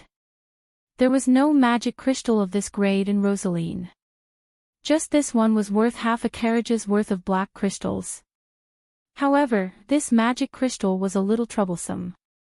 As a cleaner, he obviously knew that there was no such thing as a free lunch in this world. He couldn't help but raise his head to look at the young man in front of him, wanting to see what mission he was going to assign him. Unexpectedly, Brando said, "Don't misunderstand, that crystal is just a compensation for you. What I want you to do is not difficult. Help me find a few people, including the little fairy I mentioned to you last night and two of my pets, a talking white cat or white fox. They are all very strange and shouldn't be seen so often around here. If they appear in Rosaline, there should be news." Brando knew that White Mist could take many forms, but she still liked to take the form of a white cat and white fox. Therefore, he simply described both forms to Na Axian in case he missed any information. Na Axian was a little stunned. He thought to himself, is this young man not worried about the threat of the Lord of Rosaline at all? He didn't know Brando's true strength as well as Mr. Liu, or rather, he didn't know much about the level of strength above the celestial realm. The leader of the guards of the Lord of Rosaline had a strong reputation among the desperados. Therefore, even though he had seen Brando kill hundreds of monsters with a single sword, he still didn't think that this young man was a match for the Lord of Rosaline. After all, there was an age gap. Even if this young man had been practicing swordsmanship since he was born, the leader of the guards of the Lord of Rosaline would not have wasted his years. Na Axian wanted to remind Brando, but unfortunately, Brando didn't give him the chance. He waved his hand and gestured for Na Axian to quickly carry out his orders. What he was interested in was the smuggler's power and connections. Since the smuggler could search for his men who escaped last night in Rosaline, he would definitely be able to find out about Loot and White Mist, if the latter had indeed appeared here. This mission didn't require too much loyalty, and he didn't care if the person carrying it out was reliable or not. He generously gave out a flame-patterned red crystal to compensate for Na-Axayan's loss, but more importantly, he acknowledged Na-Axayan's previous attitude and told him that he had the ability to provide him with what he wanted. However, Brando had obviously underestimated the ambition of this smuggler. Na-Axayan couldn't help but feel a little disappointed when he saw that Brando didn't care. He didn't hesitate to give away half a cart of black crystals just to make money. Of course, he didn't care what trouble Brando and Mr. Liu would encounter. He was only worried that if they couldn't deal with the threat of the Lord of Rosaline, then his opportunity to go to Nine Phoenix would be ruined. However, he also understood that his words wouldn't have much effect here, so he could only nod and step aside. At this moment, Mr. Liu suddenly said, "Your name is Na-Axayan, right? You want to go back to Nine Phoenix?" When Na-Axayan heard this, he couldn't help but tremble. He didn't just want to go back to Nine Phoenix. In fact, there wasn't a single refugee from Nine Phoenix who didn't want to go back to Nine Phoenix. Nine Phoenix was a rich and prosperous country. Those who lived outside of Nine Phoenix couldn't even imagine that world. It was just that they couldn't go back to Nine Phoenix. In fact, other than merchants or nobles like Mr. Liu and Huang Hua, most of the others had no choice but to leave Nine Phoenix because they got into trouble. Unless they were recommended by someone with status, people like Na-Axayan would never be able to return to Nine Phoenix. Chapter 12-14. This had nothing to do with how much wealth he had amassed in the underworld. This wasn't about how much wealth he had. Furthermore, the wealth and prosperity of the Nine Phoenixes was not something he could compare to. Very few people knew that the Swift Plains, Green Jade Hills, and Rosaline's paradise in the hearts of the people was actually a country with strict rules and laws set by a few hidden families. Mr. Liu nodded at him. "Do your best to help Mr. Brando. I understand what you mean, and I will find a way to get you on board." Na-Axayan did not expect to receive such a promise, and her eyes shone brightly, as if she was brimming with boundless energy. She cupped her hands towards Brendel and Mr. Liu and said, "Then please leave it to me. As long as Mr. Brendel's friends or pets appear in Rosaline, I will find a way to obtain news of them." Brando suddenly felt that it might not be a good thing to make Lady White Fog his pet, but he couldn't say that she was also his friend. In fact, he didn't want too much information about the Dark Dragon's identity and the Witch Empress to leak out. Although the possibility of that happening in the Nine Phoenixes was small, it was better to be safe than sorry. He thought for a moment and called out to Na-Axayan. "Wait, my pets might be just pets, but they have bad tempers. Don't treat them as cats or foxes. You better address them as ladies. Otherwise, I can't guarantee your safety." Na-Axayan felt a little strange, but he heard that some overlords in the Swift Plains valued their hunting eagles and hounds more than their own sons. Hence, he didn't think much of it and only thought that it was a quirk of the rich. He nodded to indicate that he would remember it. Mr. Liu sat on his horse and watched the man leave. He then turned to Brando and said, "Mr. Brando, you don't understand, right?" Brando nodded. He didn't really understand. He thought that smugglers and desperados cared about nothing more than wealth. Although these people would easily throw away the gold, silver, and jewelry they earned by gambling their lives to casinos or their lovers, it was precisely because of this that these people, who felt that they didn't have enough money to spend, would always show greedy eyes in the face of wealth. He didn't understand why Axayan was so eager to return to the Nine Phoenixes. It seemed that his desire surpassed his greed for wealth. Most importantly, how did Mr. Liu, who was beside him, see through this? However, Mr. Liu smiled and replied somewhat proudly, "There are no fugitives who don't want to return to Nine Phoenix. If Mr. Brando can visit Nine Phoenix one day, perhaps he will understand this point." Brando could only nod in agreement. He had never been to the Nine Phoenixes, so he naturally did not know what that mysterious kingdom was like. In retrospect, it seemed that Erwin was also tight-lipped about her homeland and the Amber Sword. Very few Erewhon players got detailed information about the nine-headed phoenix from her. At this time, Huang Hua, who hadn't shown up for a long time, suddenly lifted the curtain of the carriage. She gently knocked on the window to attract the attention of Brando and Mr. Liu. "Mr. Liu, Mr. Brando, are we going to the port next?" Mr. Liu looked at Brando. Before this, he had secretly told this lady Brando's decision, so Huang Hua already knew that Brando was with them at this time. However, he shook his head. "No need to rush. Didn't you say that there are many empty rooms in the storm shadow? We will go there. But won't we fall into the trap of the ghost chariot? It's useless for us to go to the port." "Miss Huang Hua, you didn't notice that the outskirts of Rosaline are almost empty. This means that after the attack of the monsters here, Lord Rosaline has made preparations. He wants to evacuate most of his people from here, so he needs a large number of ships. So even if there is no ghost chariot, he may have already detained all the ships in the port." He shook his head and replied. Of course, if there was no ghost chariot behind Lord Rosaline, Huang Hua and Mr. Liu might still be able to get their ships back if they revealed their royal identities. However, it was obviously impossible now. This was also the reason why he did not seem to be too anxious. Sailors were needed to go out to sea. No matter how powerful he and Mr. Liu were, they could not make an entire ship move out of nowhere. Huang Hua nodded as if she understood something. It was not that she did not realize these problems, but she was focused on her own training and left these problems to Mr. Liu. "Can't we go to other inns? The trading fleet from Swift Plains should have just left Rosaline less than a month ago. The inns here should not be too crowded," she asked again. "Don't bother about the ghost chariot.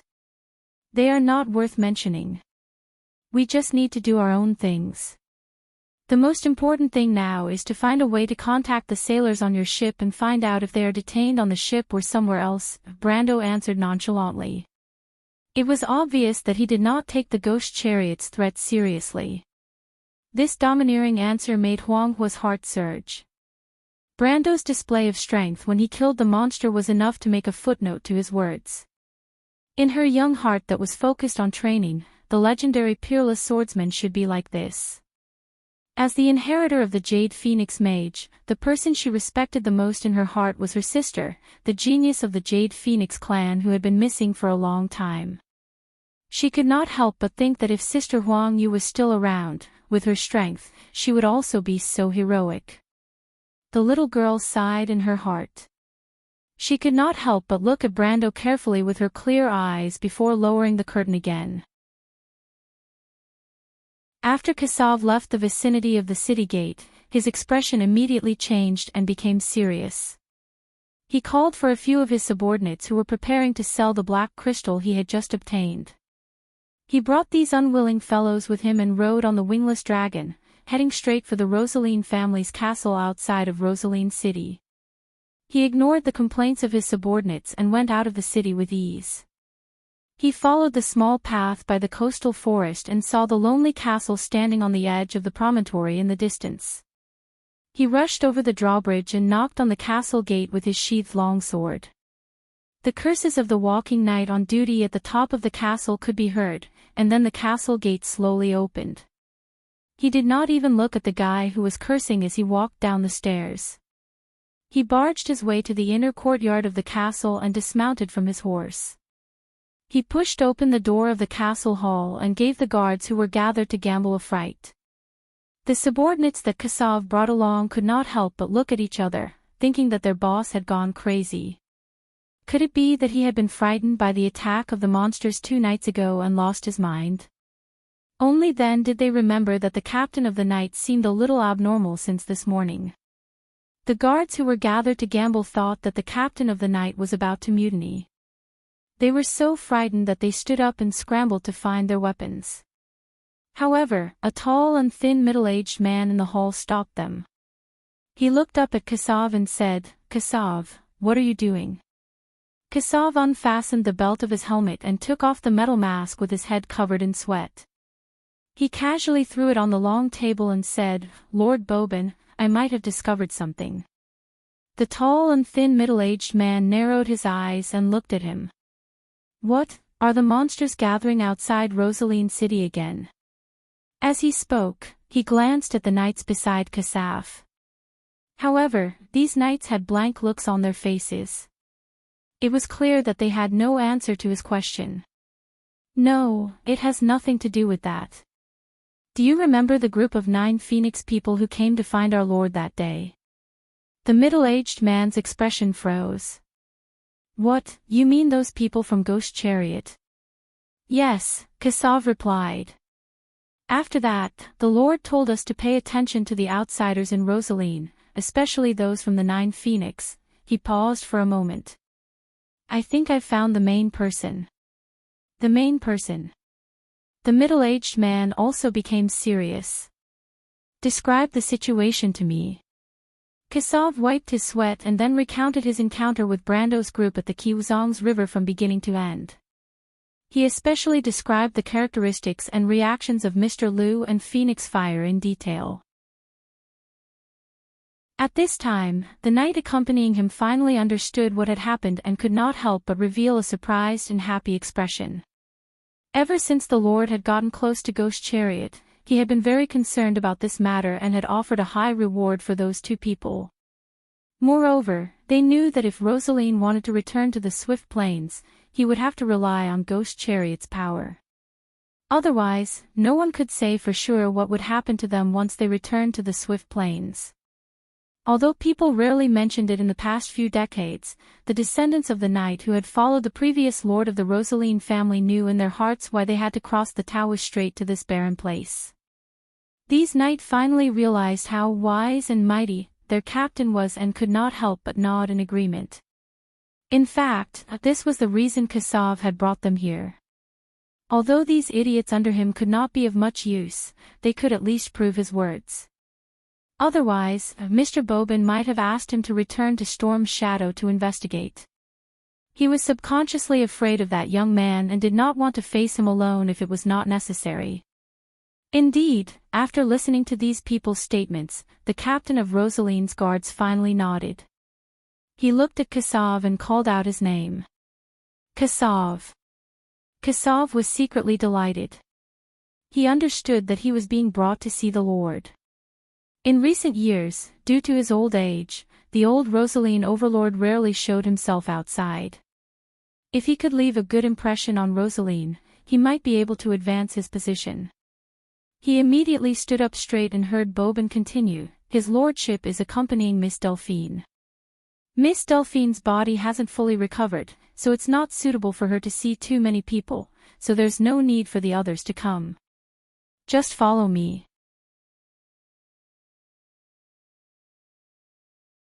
Chapter 12-15. Kassav followed Bobin through a long corridor. After passing through an arched door, the bright light from outside filled his vision, causing him to squint slightly. Only then did he clearly see a small courtyard in front of him. The courtyard was surrounded by winding corridors and was located in the center of the castle. Above them was the clear blue sky. Perhaps it was because they had walked for a long time in the dark, but the blue was somewhat dazzling. Inside the courtyard was an exquisite garden. He saw 2 people standing and sitting under the shade of an ancient tree in the center of the garden. One of them was wearing a black silk robe. His hair was white, and his body was a little plump. A thick gold necklace hung from his neck that had several layers of skin folded over it, and on the pendant was a startling emerald. This emerald was called the heart of the ancient tree. It was a treasure that had been passed down in the Rosaline family for a long time. At the same time, it was also the symbol of the head of the family, so the identity of this person was naturally self-evident. Kassav hadn't seen his lord for some time, and only now did he notice that the other party seemed a little older. "My lord is already old. It seems that I don't know when he will return to the embrace of the goddess." Kassav couldn't help but have such thoughts. He knew that the old lord had 2 sons. The eldest was deeply trusted by him, but he didn't get along with Bobin. After all, Bobin was the swordsmanship teacher of the second son. Kassav always felt that the old lord's arrangement wasn't appropriate, but he didn't dare and didn't have the right to say such things. His gaze fell on the young lady sitting by the ancient tree. Even though it wasn't the first time he saw her, Kassav couldn't help but feel dizzy. She was a very special woman. She seemed a little quiet, and her pale face due to her injuries added to her delicateness. Her beautiful black hair draped over her shoulders and white robe without any concealment, making her look so holy that she seemed like a goddess. However, this woman's beauty was very different from the 9 phoenixes. Even though her skin was snow white, her tall and straight nose and purple eyes showed that she wasn't a native of Swift Plains. Perhaps she is a goddess, Kassav could not help but think. Back then, she had descended from the sky with a beam of white light and landed in the courtyard of Rosaline's castle. Even the people from the ghost chariot were attracted to her. The old lord even thought that it was a blessing from the heavens, a good sign even though Rosaline was attacked by the strange creatures not long after that. Of course, no one would link the monster's attack on Rosaline to this weak lady. At most, they would think that it was a hint from Madame Martha to order the Rosaline people to return to the Swift Plains. Otherwise, why would the chariot ghost's power appear in this barren land? The 9-headed bird's power was the king of the underground in the Swift Plains. Kassav looked at the old lord with some jealousy. He dared to swear that the descriptions of the goddess's beauty in the myths were not even 1,000th of the woman in front of him. It was a pity that her beauty did not belong to him. Until now, he only knew that her name was Delphian. Subconsciously, the guards in Rosaline's castle had already regarded her as the new mistress of the castle. After all, the old lord's first wife had passed away more than 10 years ago. Other than the lord's eldest son who had some complaints about this, I don't know if our lord still has the ability to do so. Kassav looked at the two of them and could not help but think gloomily. The old lord seemed to be glowing with youth and vitality in front of Delphian. He was talking non-stop about something to please her. When the two of them walked into the garden, Lord Rosaline finally noticed the two of them. He looked at the two of them as if he was unhappy that he had been interrupted, but when he saw Bobin, his most trusted subordinate, his expression softened. "My dear guard captain, and Kassav, I remember you, young man. How is your poor mount? It was too badly injured. I couldn't bear to see my old companion being tortured, so I gave it a quick death. I buried it outside of Rosaline Harbor. It died in battle here, so its soul should linger on this piece of land. I changed to a new mount, and the new one is to my liking, my lord." Kassav hurriedly took a step back and saluted. "That's good. I have seen your loyalty and bravery. No one will dare to question your contributions to the Rosaline family." The old lord had a gentle smile on his face. "You came at the right time. The wizard told me that Miss Delphian has recovered well today and can come out of her room to get some fresh air." Delphian looked at the two of them with a puzzled expression, as if there was a trace of a young girl's subconscious vigilance amidst her curiosity.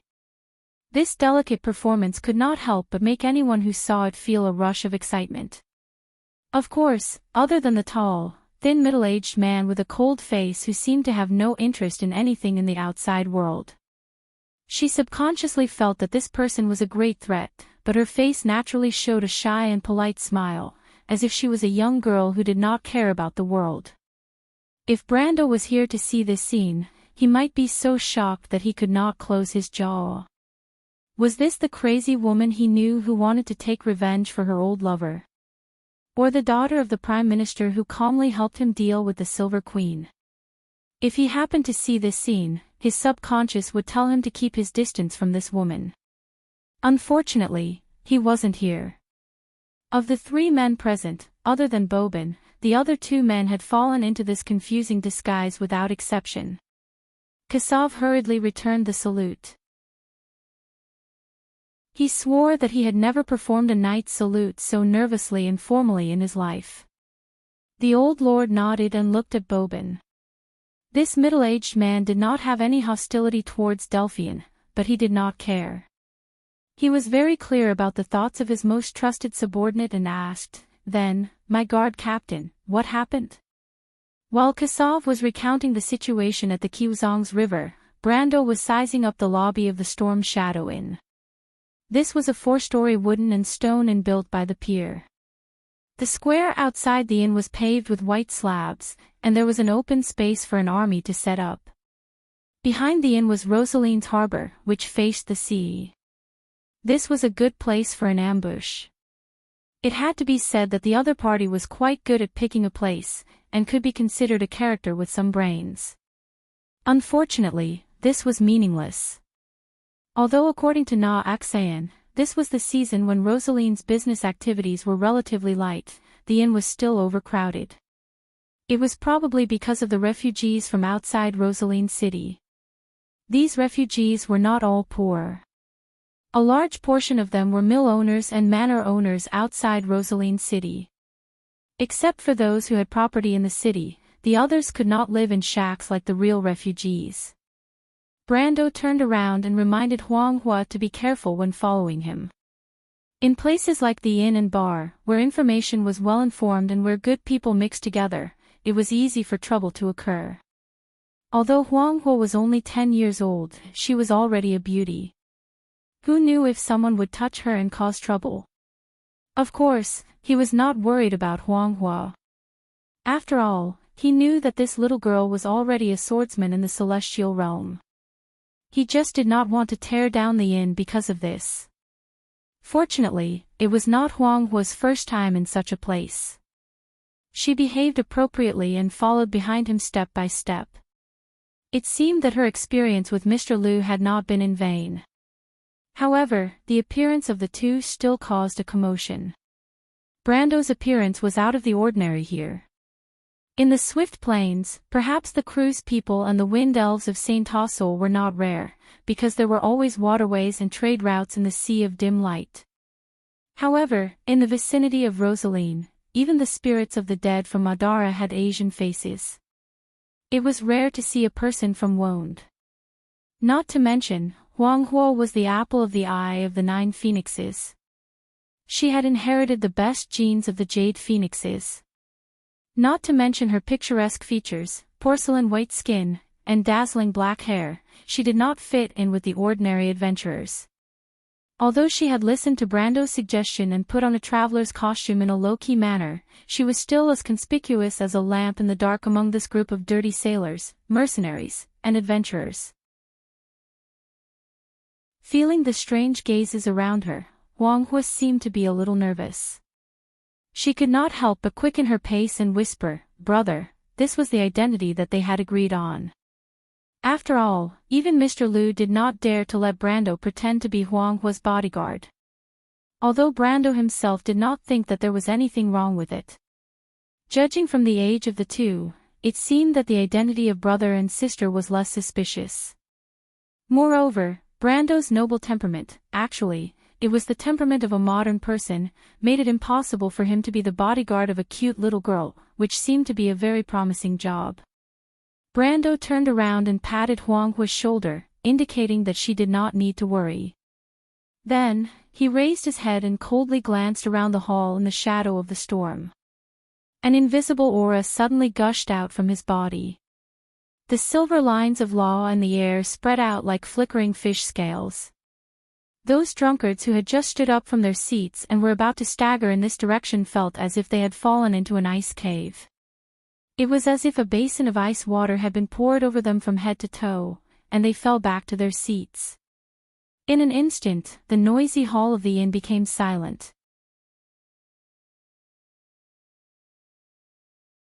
Chapter 12-16. So strong, Huang Hua's eyes sparkled. She could not help but clench her fists and secretly tighten her grip on her sword. The hall of the Storm Shadow Inn was very long and narrow.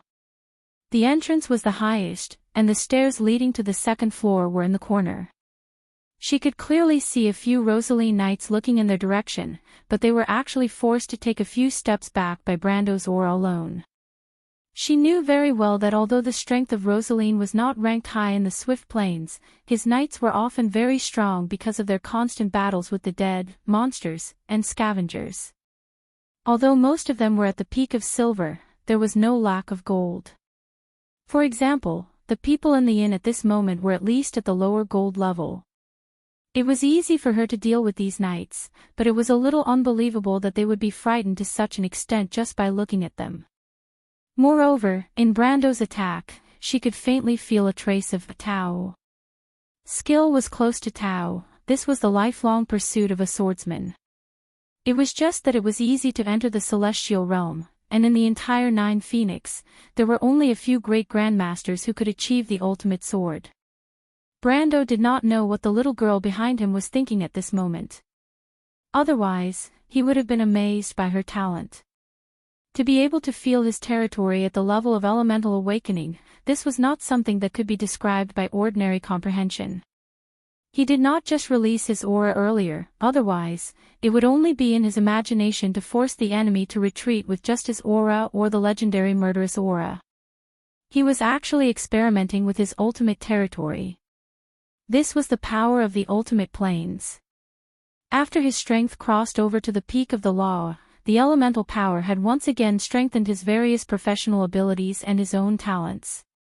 Among them, the Frost Soil Guard's Cold Wind had obtained a part of the law of space, which increased the range of this skill by nearly 3 times when it exploded. If not for this, he would not have been able to kill all the monsters in one blow without activating Cinna's ability. However, this was not the key point. The key point was that almost all of the Frost Soil Guard's skills after he reached the peak of the law, under the premise of the spacetime element, almost all of these skills had the additional attribute of being undodgeable, and he could shape the skill's range at will. This attribute was exactly the same as the second enhancement of the space element in the Amber Sword, but the space element did not have the undodgeable nature of the time element in the first enhancement. The strength of the power of existence was undoubtedly revealed. As for the Templar Knight's conflicting aura, he obtained a certain chance of completely ignoring damage. At first, this chance was only 3%, but now that his power had steadily increased to the late stage of the Lamita realm, this chance had increased to more than 10%. He had experimented with this ability when he used the elemental barrier to enter the spatial rift. It could be said that if it wasn't for this ability, he might have been more seriously injured when he came out of the spatial rift. Back then, when he was fighting Duskswool in close combat, this ability had also helped him a lot. As for his other skills, they had more or less received some buffs from the law of space, increasing their range of effect and casting range. Compared to the obvious changes in Conflict Halo and Frost Earth Guard, they were much weaker and not even worth mentioning. But this was only after he had stepped into the peak of the law of space. In fact, after the elemental barrier passed through the elemental storm, he had stepped into the late stage of the Lamita realm. This kind of growth in power had finally allowed him to finally have his own extreme plane after fighting so many Lamita opponents in this life. Of course, although during the battle with Rusta, he had briefly touched the ceiling of this level with the help of the flaming blade, but at that time, Odorphise had only increased his attack level by 1 level. The attack of the Lamita realm and the possession of the extreme plane were 2 completely different concepts. If it weren't for his elemental level being too high, he wouldn't have been able to use Odorphise alone to suppress or even tie with a true Lamita master. Only with his own extreme plane could it be said that he had his own law and domain. This was the ticket to the Holy Throne. The players in the future could use the War Slate quest, to directly leap into the realm of perfect bodies, but the prerequisite was that they had to at least be a Lamita. Brando was actually a little hesitant about whether he should use the War Slate. He already had to start the Slate quest like in his previous life and then leap into the realm of perfect bodies. If he did so, then this would be the easiest path to godhood.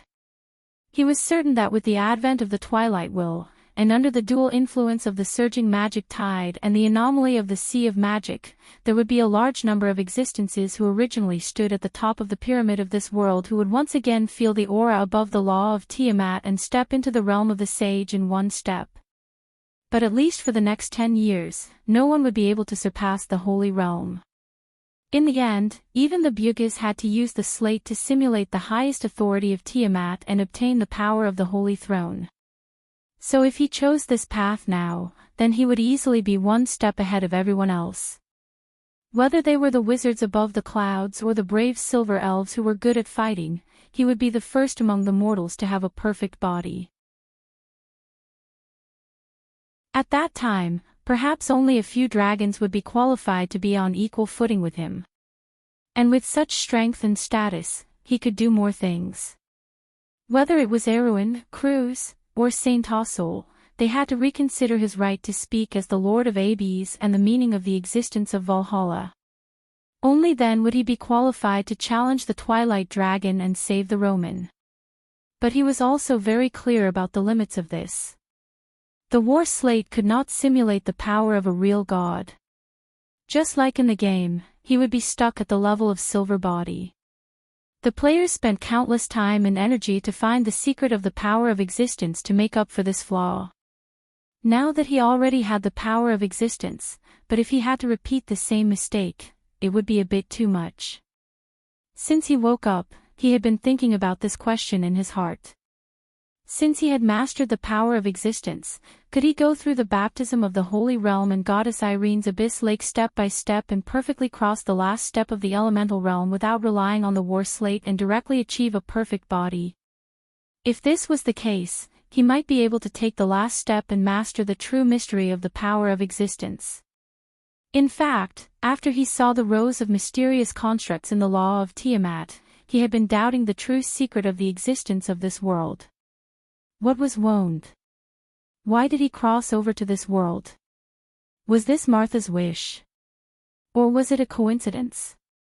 He had a faint premonition that perhaps when he took the last step, all the secrets would be answered. But the only problem was time, whether he could do it or not. All of this was just his own guess.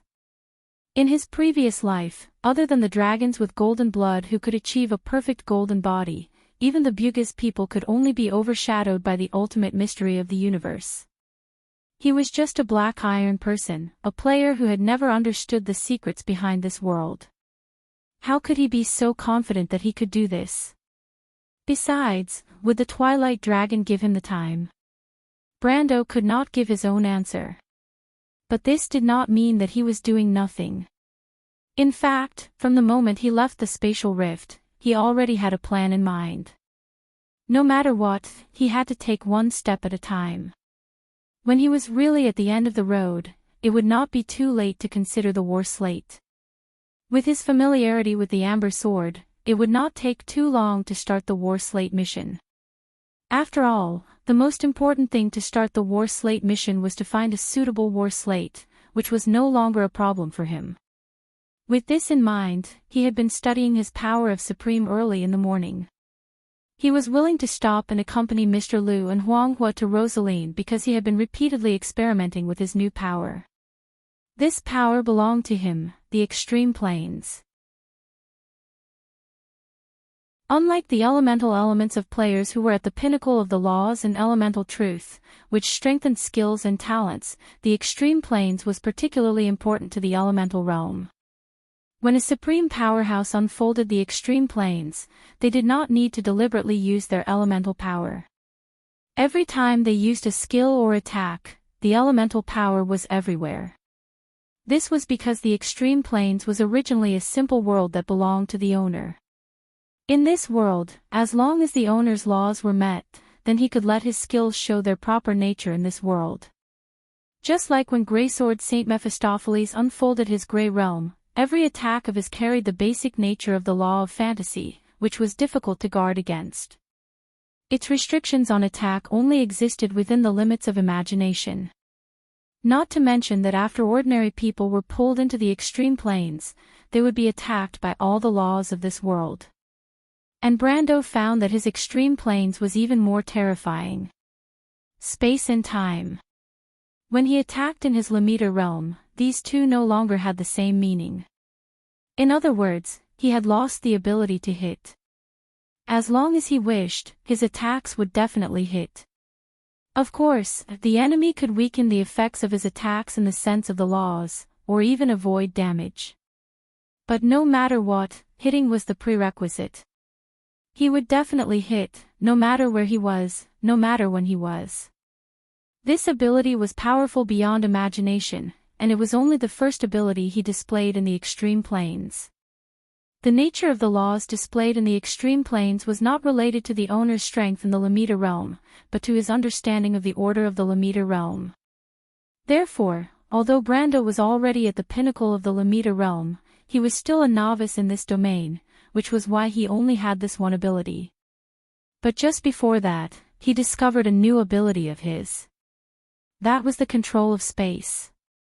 He did not fully unfold the extreme planes in the whole. Instead, he projected the laws of the extreme planes into the prime material plane. In fact, even his teacher Greysword Saint Mephistopheles could not do this, because this was an ability exclusive to the pinnacle of the Lamita realm. But when he began to project, he found that he had a kind of control over the space of the entire storm shadow in. This feeling gave him the illusion that he was in control of everything. This ability was somewhat similar to his space elemental power, but it was much more powerful. When he used his space elemental power, he had to spend a lot of order points to move some objects. But just a moment ago, he had only used a glance to suppress everyone in the hall. That was not an aura, but a law. Brando was suddenly excited. He seemed to have found a way.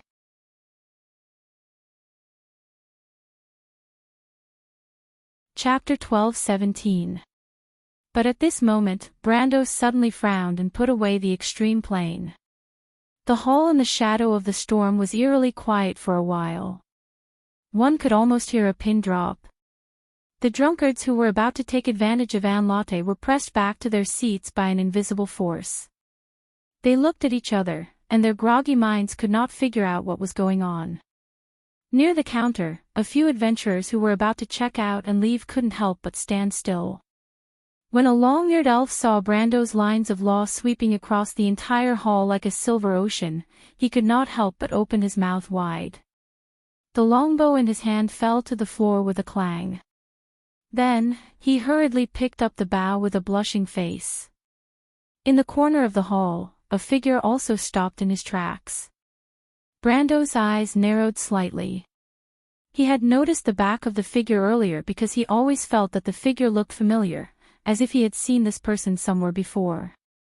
However, he was not familiar with Nine Phoenix. Even in the game, he did not know any NPCs except for Huang Yu. Of course, the latter had never left Erewhon before.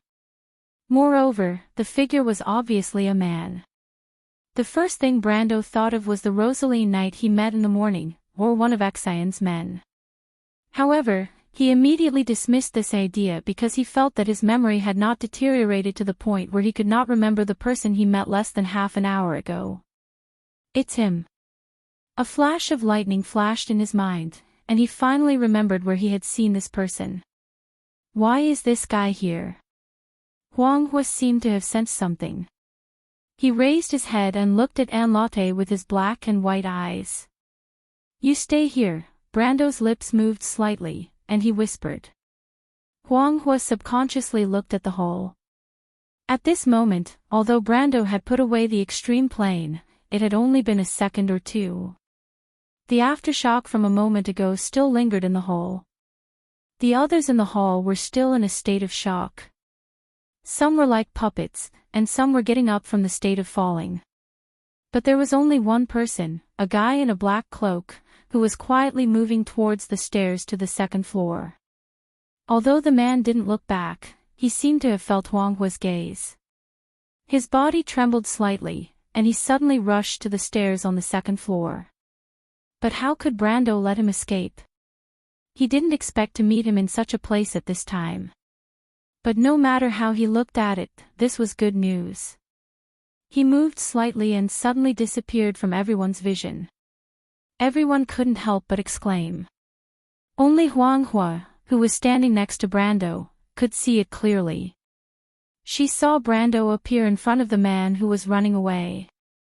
He did not do anything, but silver lines of law intertwined in front of him, forming a shining silver wall. The man didn't have time to react at all. He slammed into the silver wall with a bang. He let out a blood-curdling scream, broke a dozen handrails, and rolled down the stairs. Only then did the customers in the hall realize that someone actually dared to make a move in the shadow of the storm. What was surprising was that the first thing these people thought of was not to scream and run out of the hotel, but to turn their gazes back excitedly. The few inns in Rosaline were the private property of the Lord. This was going to be fun. But only a few people were quick-witted and began to realize a problem. The young man was a powerhouse, a true powerhouse from the Swift Plains. Based on their limited knowledge, only the Swift Plains had such a powerful person. In Rosaline's eyes, the person at the top of the pyramid was their Lord's Guard captain, who was somewhat unreasonable. Is this also a space? Huang Hua muttered to herself, her clear black and white eyes slightly brightening. Brendel did not care about what the others thought of him. He slowly walked down the stairs, feeling a little smug in his heart. He did not think that there would be a day when he could look down on this person from a higher position. He looked at the mysterious man who was still lying on the wooden floor of the inn. The man looked like he wanted to wrap himself in a cloak. He could not help but smile. The man seemed to be seriously injured and had yet to recover his breath. But Brendel did not believe that the other party would be so weak. He was very clear about the severity of his attack. He had only used the law of space to seal a wall. It would be ridiculous if the other party could knock him half to death. "Sir, I know that you are fine. Why don't you come up and meet an old friend?" Brando asked. Ever since the battle with the Dusk Will, it was the first time he felt so relaxed. It was as if he had vented his anger. Huang Hua looked over in confusion. She could vaguely tell that the man seemed to be Mr. Brando's enemy. But what was strange was that she clearly remembered that Mr. Brando had said that he was on Erwin's side. Erwin was thousands of miles away from the Nine Phoenix. How could he have an enemy in Rosaline? She thought about it for a moment, and then she understood. The mysterious man lying on the floor was still motionless. Brando could not help but laugh. He knew the man's temperament. He could not help but snort coldly. "You are not a threat to me even if you hide your sword under the cloak. The Rose Tower of the Kosman family is indeed a good sword. Your swordsmanship is also one of the best in the Land of Sorrows. Are you planning to use the seventh sword style of the Death Sword against me?" The man suddenly sat up from the ground and threw the sword in his hand to the side with a clang. The sword was about 2 feet long. It couldn't be considered a long sword, but the blade was as black as ink and its surface was like a mirror. Brando's gaze only lingered on the sword for a moment before it fell back on the man.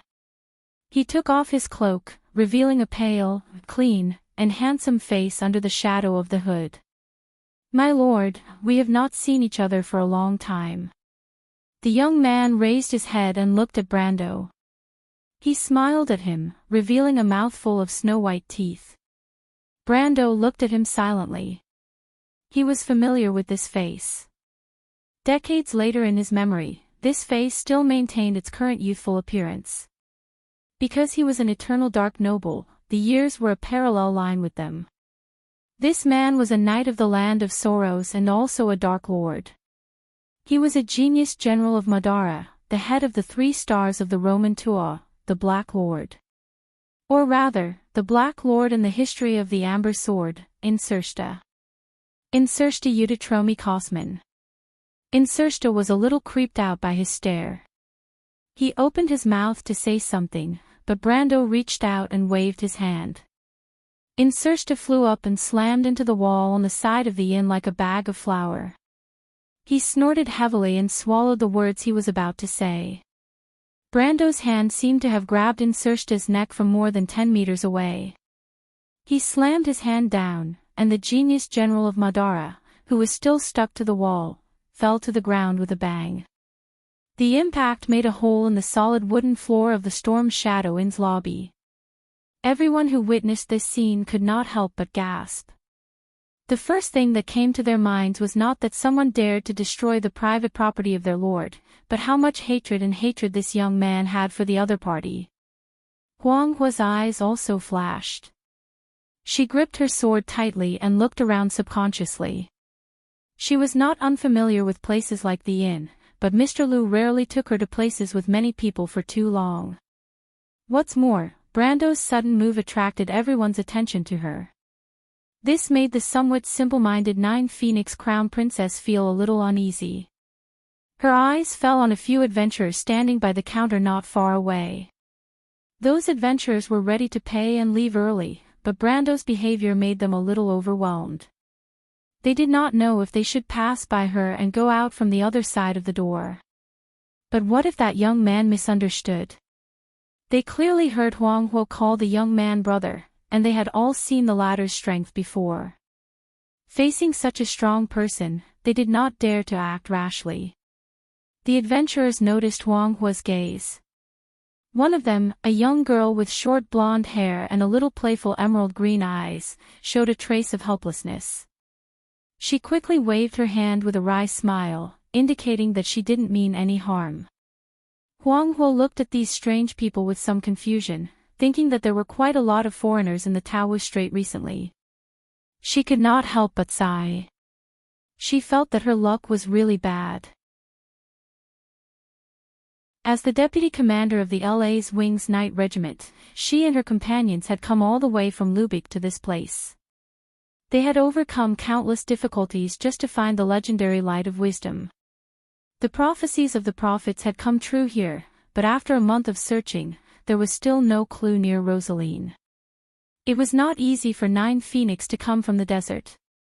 She had planned to go to the Swift Plains to try her luck, but she did not expect that the ship, which was supposed to reach Green Jade Hill before the White Dew ceremony, would be attacked by monsters in Rosaline and be detained.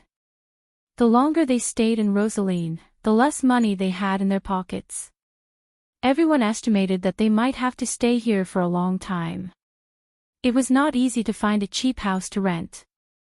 They had planned to check out from the expensive inn, but they did not expect this to happen just after they paid for the trip.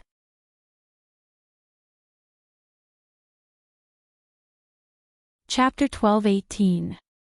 Of course, what made Adney angry was not that the young man would do anything to them, but that the chaos here would definitely attract the city lord's guards, and none of them would be able to escape. Although they were not spies or saboteurs, it was useless against the guards. It would be a lot of trouble anyway, and they might have to spend a lot of money. At the thought of spending money, Adney found the young man rather repulsive. Did he have any brains to make trouble in this place? Well, in a moment he would know how terrible the wretched old fox lord of this place was. Although the young man was a little strong, he was probably no match for that old fox. When Adney thought about the old fox's right-hand man that they had met, she could not help but feel a little scared. Of course, such thoughts could not be expressed. She forced an awkward smile on her face, and laughed foolishly at Huang Hua, who was not far away. A noble of the Nine Phoenix, she thought to herself, a lazy guy who can't tell the difference between food and water. But from the corner of her eye, she suddenly saw the guards patrolling outside the inn walking towards them. Her heart skipped a beat, and she quickly lowered her voice and said to her companions, "Let's go. Let's sneak out before that guy notices us." "Captain," the elf from before grabbed her arm, "wait. Oh my god, Naquil, let go, are you crazy?" Adney almost fainted because of her companion. Naquil was the elven archer in the team, and before he joined Raw's Feathers, he was a desert ranger in the Rosa region. She had always thought that he was a calm and rational person, and compared to the muscleheads in the team, he was the synonym for reliability and peace of mind. She even almost liked him a little. But now, she felt that she had to retract her evaluation of this idiot. What was this guy thinking? "Captain, that young man." Naquil whispered. "I know, he's causing trouble."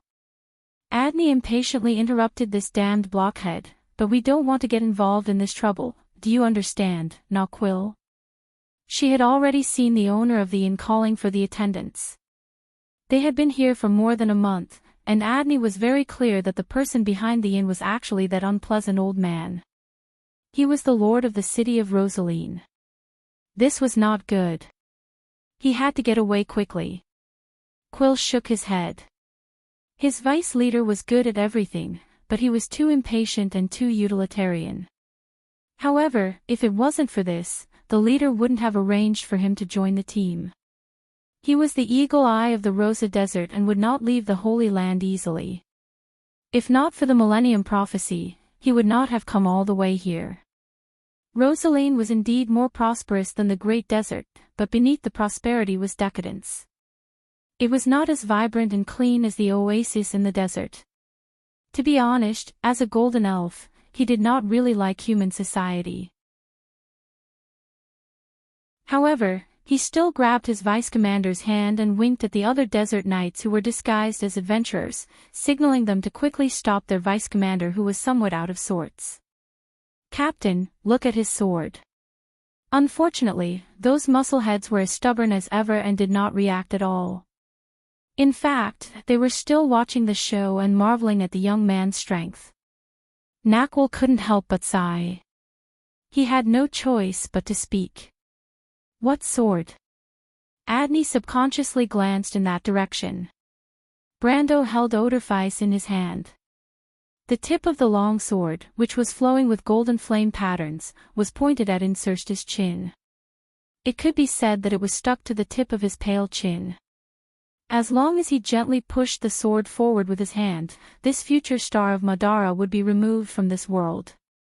To be honest, he did have a deep grudge with this genius general of the undead who was destined to be famous in the future.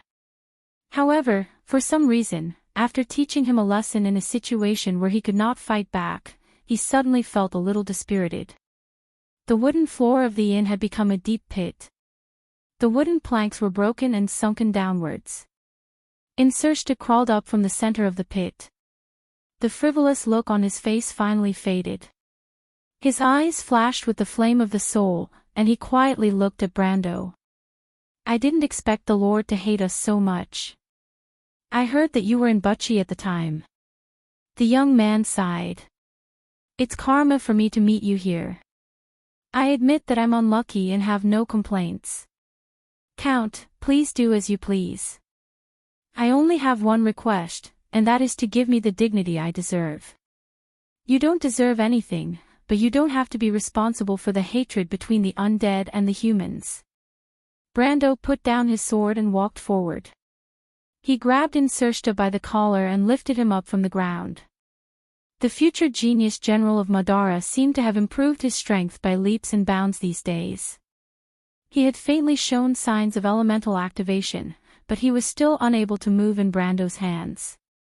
"Tell me, why are you in this place? Has the second invasion of Madara begun? Is Tarkus also around here?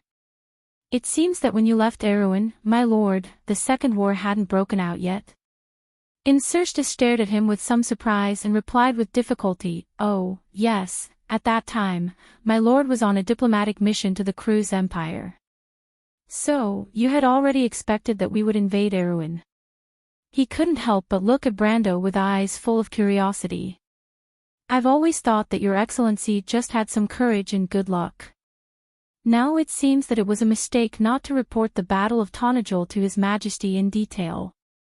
So, it seems that the biggest threat to the Empire in Erewhon may not be the ambitious eldest son of the Emperor, but your excellency." Brando was full of dissatisfaction with this guy's nonsense. He raised his hand and threw him out. The latter groaned and fell heavily into the corner of the wall.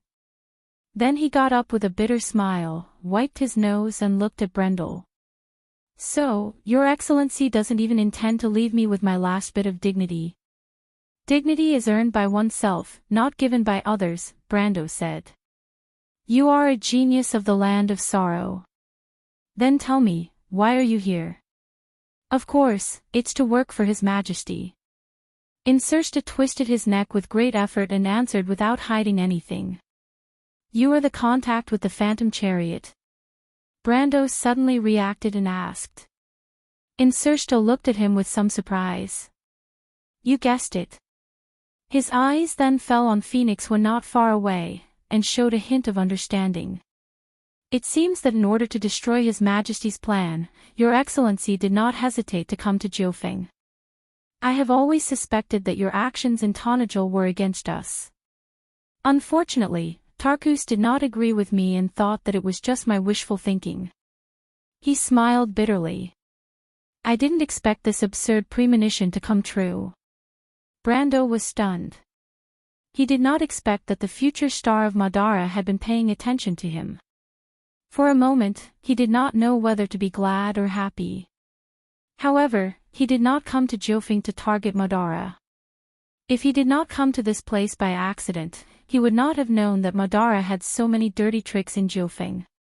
However, he did not expose him. He only asked, why didn't you participate in the Second War of the Black Roses? What is the Second War of the Black Roses? Insersta's handsome face was slightly stunned, and then he reacted. He asked in confusion, why should I participate in the Second War of the Black Roses? I thought that the person with the Mercury staff should have absolute trust in you. You should have had the opportunity to become the commander of this war. So, who is the current commander? The depths of Insersta's pupils contracted slightly. The relationship between his family and Tarkus' family and the Supreme Being was an absolute secret in the Hall of Winter. He didn't know how the other party knew about this, but this was definitely the first time that the other party's words had caused his mind to waver. The current commander should be Latios. Apocalypse. That Red Knight. You even know this. Insersta was really shocked this time. How much do you know about us? Brando ignored him. He was thinking about where the problem was. In theory, Insersta should be an Erewhon at this time. The Second War of the Black Roses was the era when he began to shine, but he appeared in Jiufeng at this time. On the contrary, it was Latios who replaced him as the frontline commander. His thoughts continued to wander, and he could not help but think of Latios. The other party was one of the 4 Knights of the Apocalypse, the Red Knight. His commanding style was not as agile as Insersta's, and his achievements in history were not as high as the latter's. With him taking Insersta's place to command the invasion of Erewhon, the burden on the princess and Freya should be lighter than in history. Coupled with the power he had developed in Valhalla, Erewhon should have a great chance this time. Even if the Second War ended in a draw, or the kingdoms suffered a little loss, as long as they could drag it out until the Third War, then at least he could be sure that Erewhon would have the strength to fight. Thinking of this, Brando felt that it might not be a bad thing for him to meet Insersta here, and he calmed down a lot. He came back to his senses and looked at Insersta. What about Tarkus? He's already your second in command, right? Insersta was about to say something, but it was at this time that a cry of surprise came from the other side of the hall, interrupting the conversation between the two. The voice seemed to be in disbelief, as if it had blurted out. Quill, quick, give me a slap. Oh God, is that really the sword of the sun god?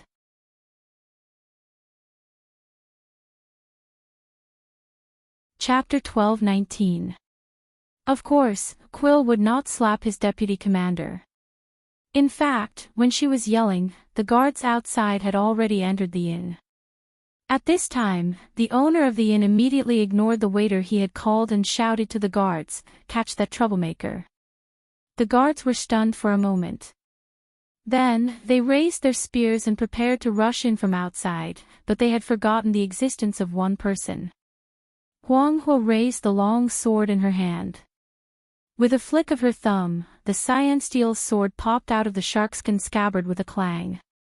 She grabbed the hilt with her right hand and swung the sword forward.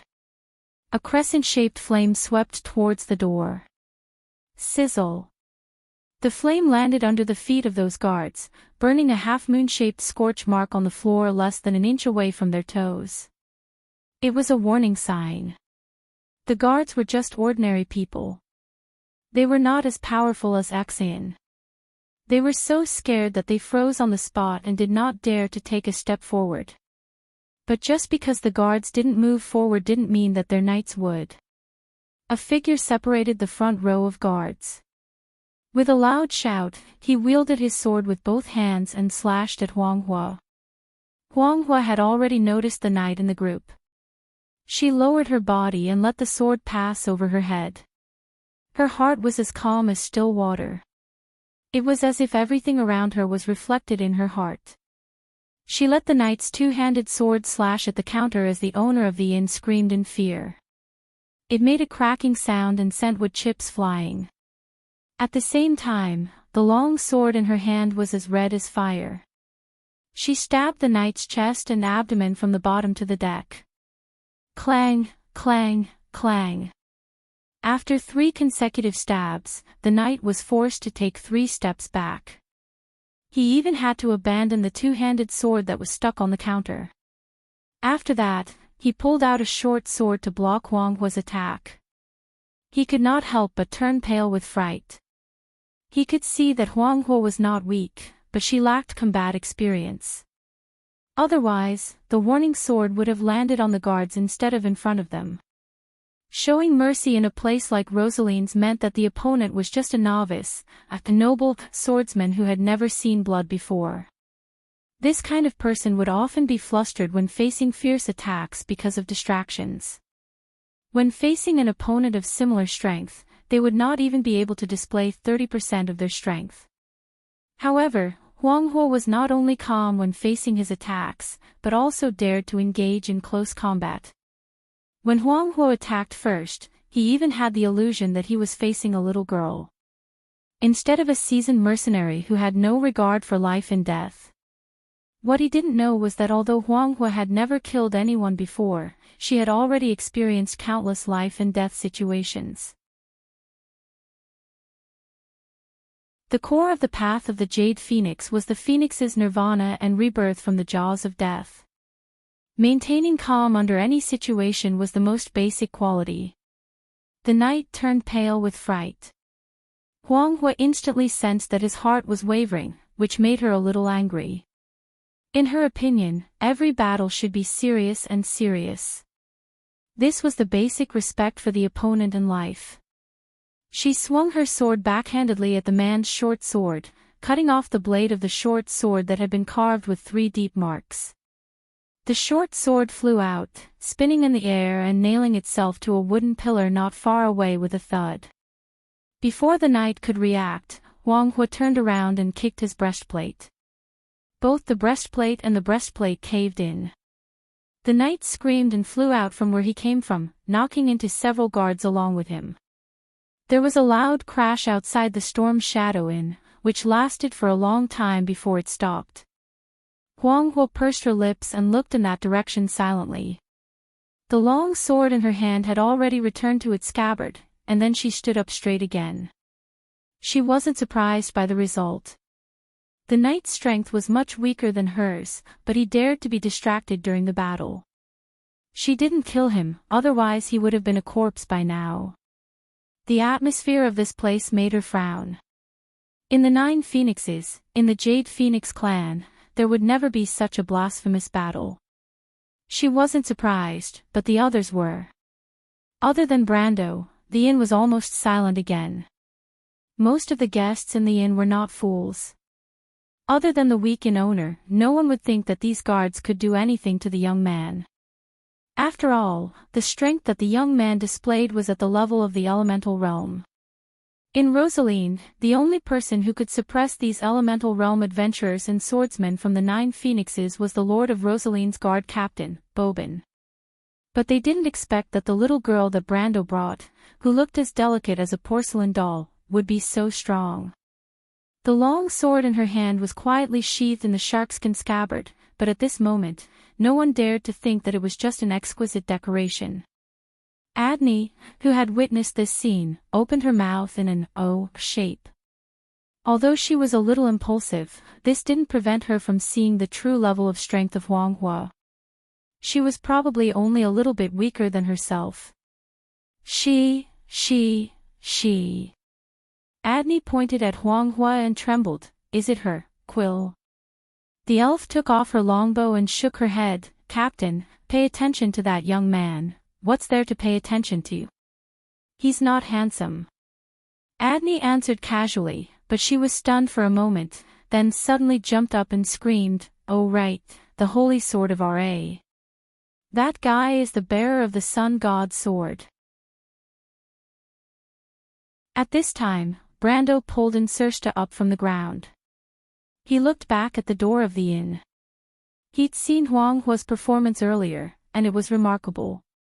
He could see that Huang Hua didn't have much combat experience, but she was so sharp in her first fight. This could no longer be described as a genius. This little girl is a natural warrior, but she's not necessarily a swordsman. Brando thought. He'd clearly seen that Huang Hua's understanding of swordsmanship was very superficial. At least, it didn't match her fighting talent. The second thought in his mind was that Yura wasn't as good as her. Yura was Yak's fiancée, the woman whose real name was Huang Yu. "Let's go to your room and talk," Brando said to Insursta, who was in front of him. "It's my pleasure." Insursta coughed with a wry smile. Brando hadn't held back at all. Although he was an undead, he was still injured quite badly. He looked at Huang Hua again and asked, "She used the desert wind swordsmanship?" Brando nodded and said without hesitation, "Yes, she's the person Ghost Chariot is looking for. But the information said that she has a guard." "Where is that guard?" "He went to the port. I guess Lord Rosaline has detained all the ships in Rosaline's port. Mr. Liu wants to go to the port to confirm it. Now it seems to be most likely." "Where are the sailors detained?" Insursta looked at him silently. "They should be in the city. No one cares about them. Lord Rosaline just chased them off the ship. As for whether Ghost Chariot has placed any spies among them," he shrugged. It was easy to talk to smart people. This person was indeed the Black Lord Insursta from his previous life. Brando looked at him and suddenly had a complicated thought. If I kill him here, it might save me a lot of trouble in the future. "Mr. Earl, you seem to be very afraid of me." Insursta saw many things in his eyes and said, "I'm afraid of the black rose of Bramanto." "There's someone who can make it bloom brightly in the dark," Brando said calmly. "If this person is right in front of me, what do you think I should do?" "I didn't expect the Lord to think so highly of me. I don't know if I should feel honored or afraid." Insursta smiled bitterly again and shook his head. Brando just looked at him quietly. He pressed his hand on the flaming blade, the killing intent in his heart faintly discernible. Reason told him that he should draw his sword immediately, but in his heart, he felt that this name, which had left a deep mark in the war between Erewhon and Madara, should not fall in this place. In this shabby little inn, which was an unknown distance away from Erewhon. "I'll give you one more chance," Brando suddenly said. "If Lady Martha doesn't think you should die in this nameless place." The soulfire in Insursta's eyes lit up. "My lord, you want to know the details of the war between the undead and the monsters in the wilderness of bones, as well as the motive of the undead to invade Erewhon?" Brando looked at him deeply. "Your astuteness makes my hair stand on end as always, Sir Insursta. Soon, those knights will call for more people." Insursta didn't answer the question. "It doesn't matter, they won't disturb me." Adney stood by the counter that was split in half. She watched as Brando brought the handsome young man in a black cloak upstairs. "What should we do? Should we follow?" She turned around and asked. "Did you see it clearly? Is that person really holding the sacred sword of Ra?" "That looks like, but it doesn't look like it either." The knights spoke one after another. "Shut up." Adney no longer had any hope for these people. She watched as the little girl silently walked past them, took out a piece of silver from her sleeve and put it on the counter. She then booked a room for the frightened shopkeeper. It was as if the commotion earlier did not exist, and did not seem to care if the escaping guards would call for more people. Adani did not care either. She looked at the phoenix-shaped silver ingot on the counter with a pained expression. She moved her mouth and wanted to ask the shopkeeper if he knew how much money it was. But Huang Hua had already turned around, parted the crowd, and followed Brendel up the stairs, leaving only her back view.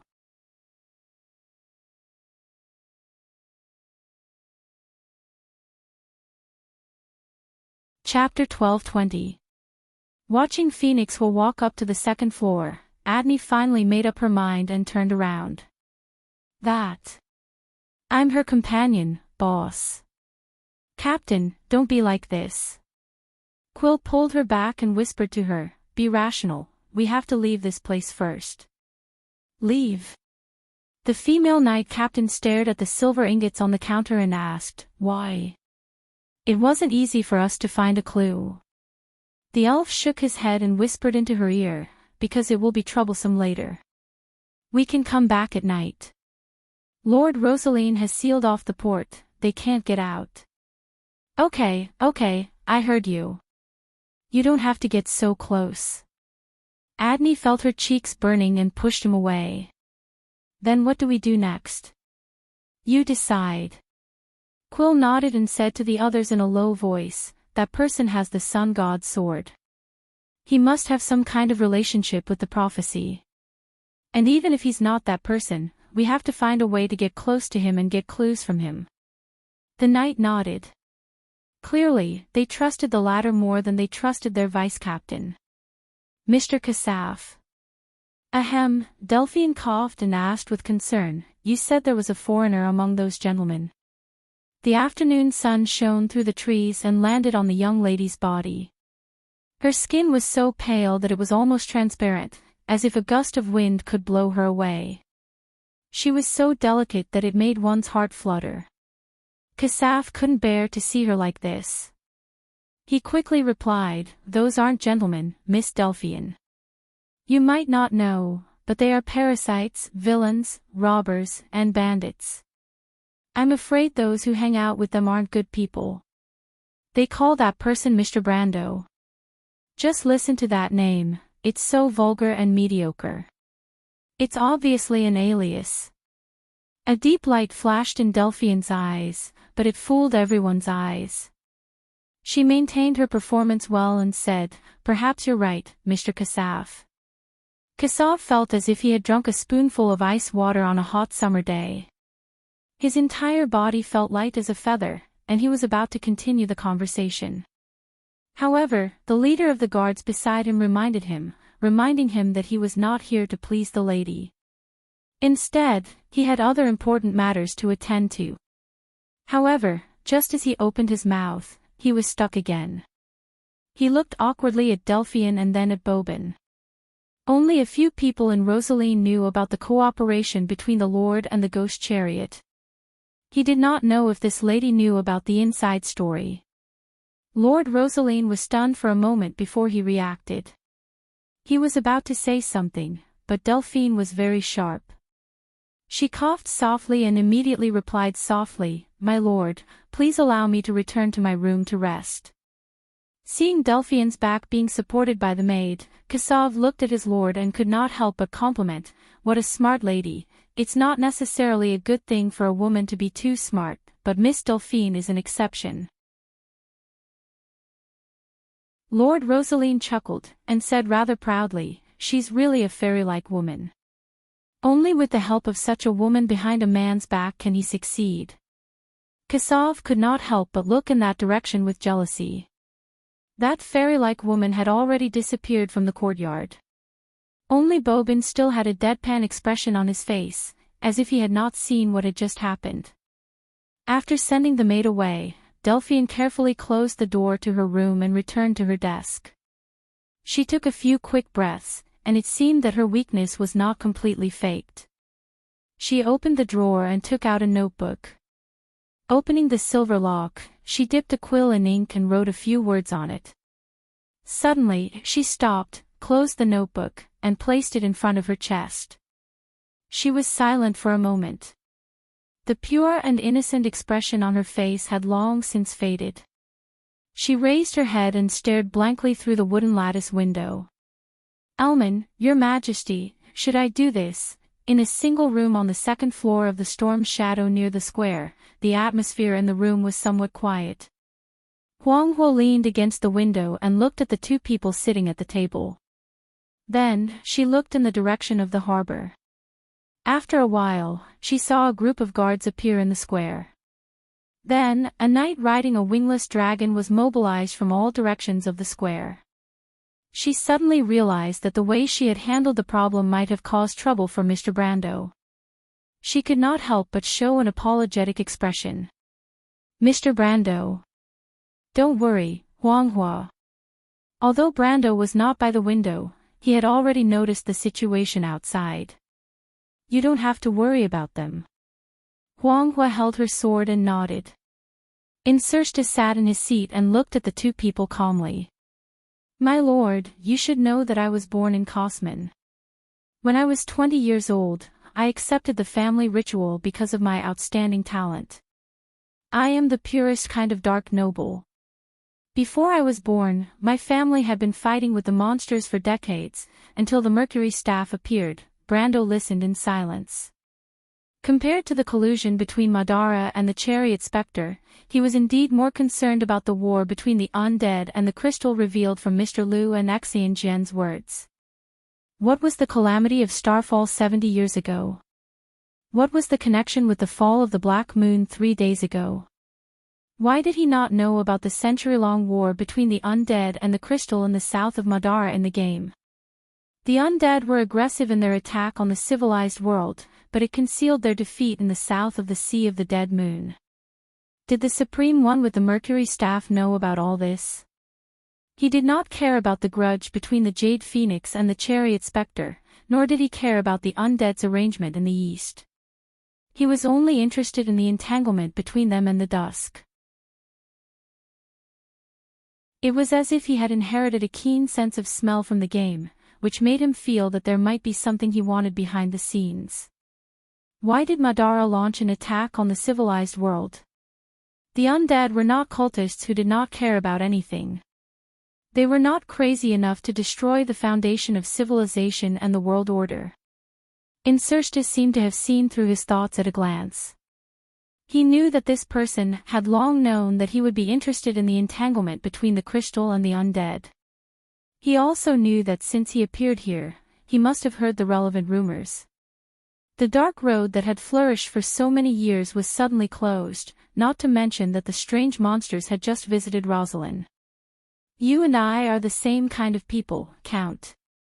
Insersta saw that his expression changed slightly and explained, "I also wanted to know why the Mercury staff appeared in this era, but when I saw His Majesty, I understood that all this was inevitable."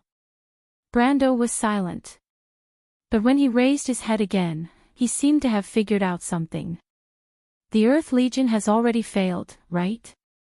Insersta looked as if he was stuck in a shell, or as if his neck was being grabbed. He looked at him with his mouth wide open. Deep in the eyes of the young Dark Knight, there was a flash of fear for the first time. Brando did not care about him. In his thoughts, the scattered pearls on the ground were connected by an invisible line, forming a complete reality. He had never been so sharp before, but ever since that dream, everything seemed to have changed. 1,000 years ago, at the end of the War of the Holy Saints, the Darkness Dragon sealed the core area of Wonde, and at the edge of the world, the war never stopped. The Myernas sent their most powerful legion, to the various borders of the world, but left the weakest heartland areas to face the uprising of the mortals. Just like that, 1,000 years passed. The last legacy left by the Truth Parliament was also gone. In the ignorance of the mortals, the Earth Legion, which had lost the support of the Empire, finally failed. The power of the Twilight Dragon had long awakened, and the Roman was only the final countdown for its arrival in this world. When did the undead first see the crystal? What year was it? 77 years ago, Rober's Death Lord arrived at an ancient battlefield in the process of expanding southward. They recovered the Mercury staff from there. Not long after that, there was the Starfall disaster. That Starfall disaster could only be seen in the south of Madara and the Nine Phoenix area. Not long after, cracks appeared at the border of the Black Forest, and the strange monsters began to invade our world. Even if you have the Mercury staff, you can't resist them. Too many. Very few people know that Madara has lost half of its southern border. So you want to migrate west and north, invade Erewhon and Saint Tassel, and even the entire civilized world? Brando asked, his voice was a little serious. As the people of Martha, why didn't you warn us? Because you are humans, and we are undead, Insursta replied. And we are not just running away. Because of Erewhon. Insursta stared at him, and for the second time, he was stuck. After a long while, he slowly opened his mouth. This time, it's you who makes me feel afraid, my lord. P.S. I wanted to recommend this 2 days ago, but I kept updating it too late, so I forgot. Lord Sovan Ao is back writing again, and I believe that some of you must still remember his wizard story. This is my DM, and his things are definitely more reliable. So I recommend his new book, 20-Sided Dice, book number 3559491. My friends who are out of books can go and take a look.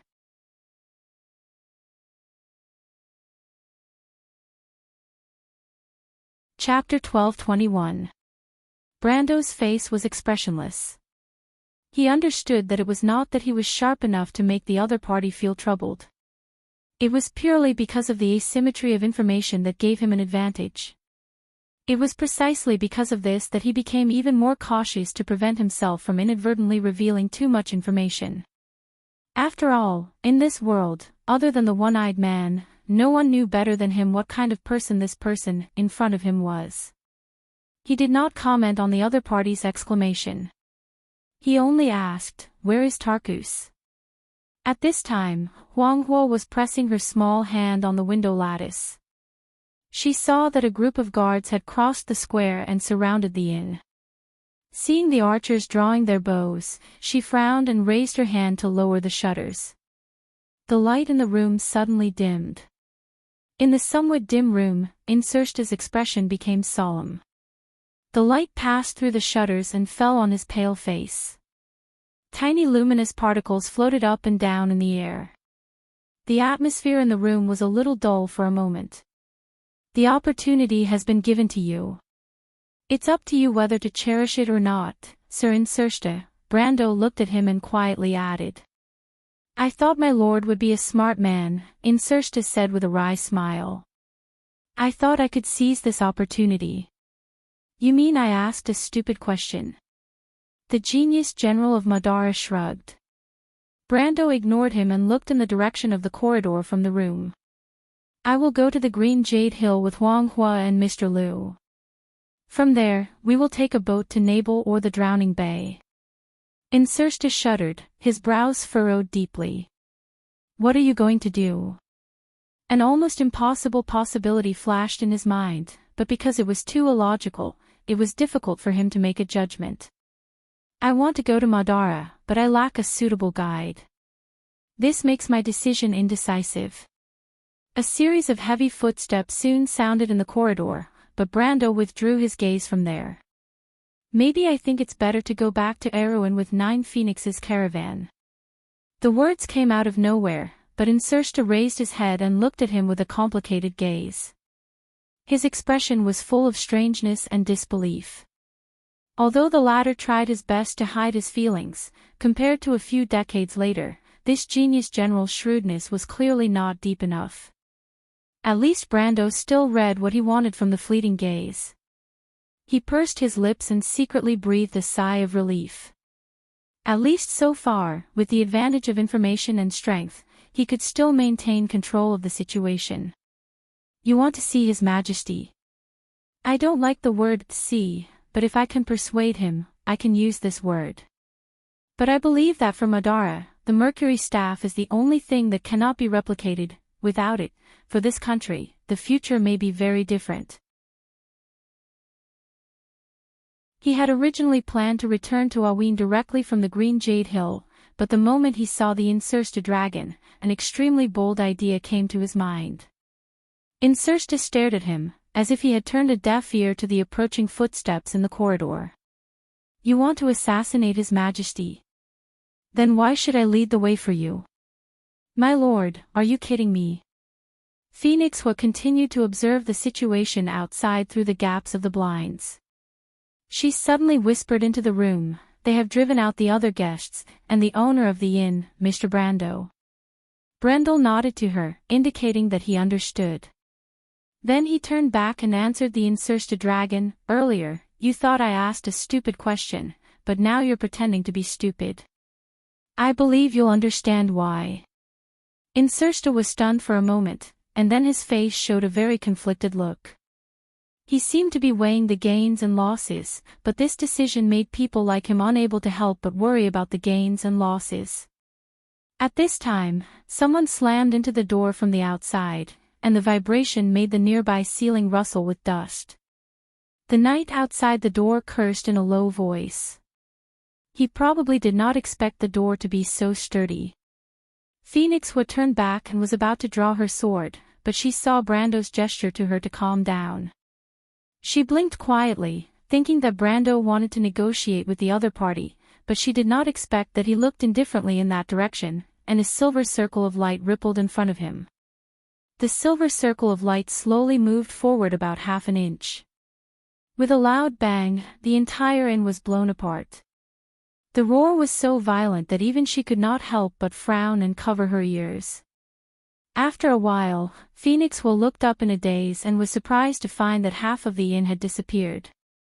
To be exact, 7 or 8 steps from where Brando was standing, and 3 or 4 steps from where the man in the black cloak was sitting, the back half of the inn had disappeared, leaving only the broken wooden floor hanging there alone.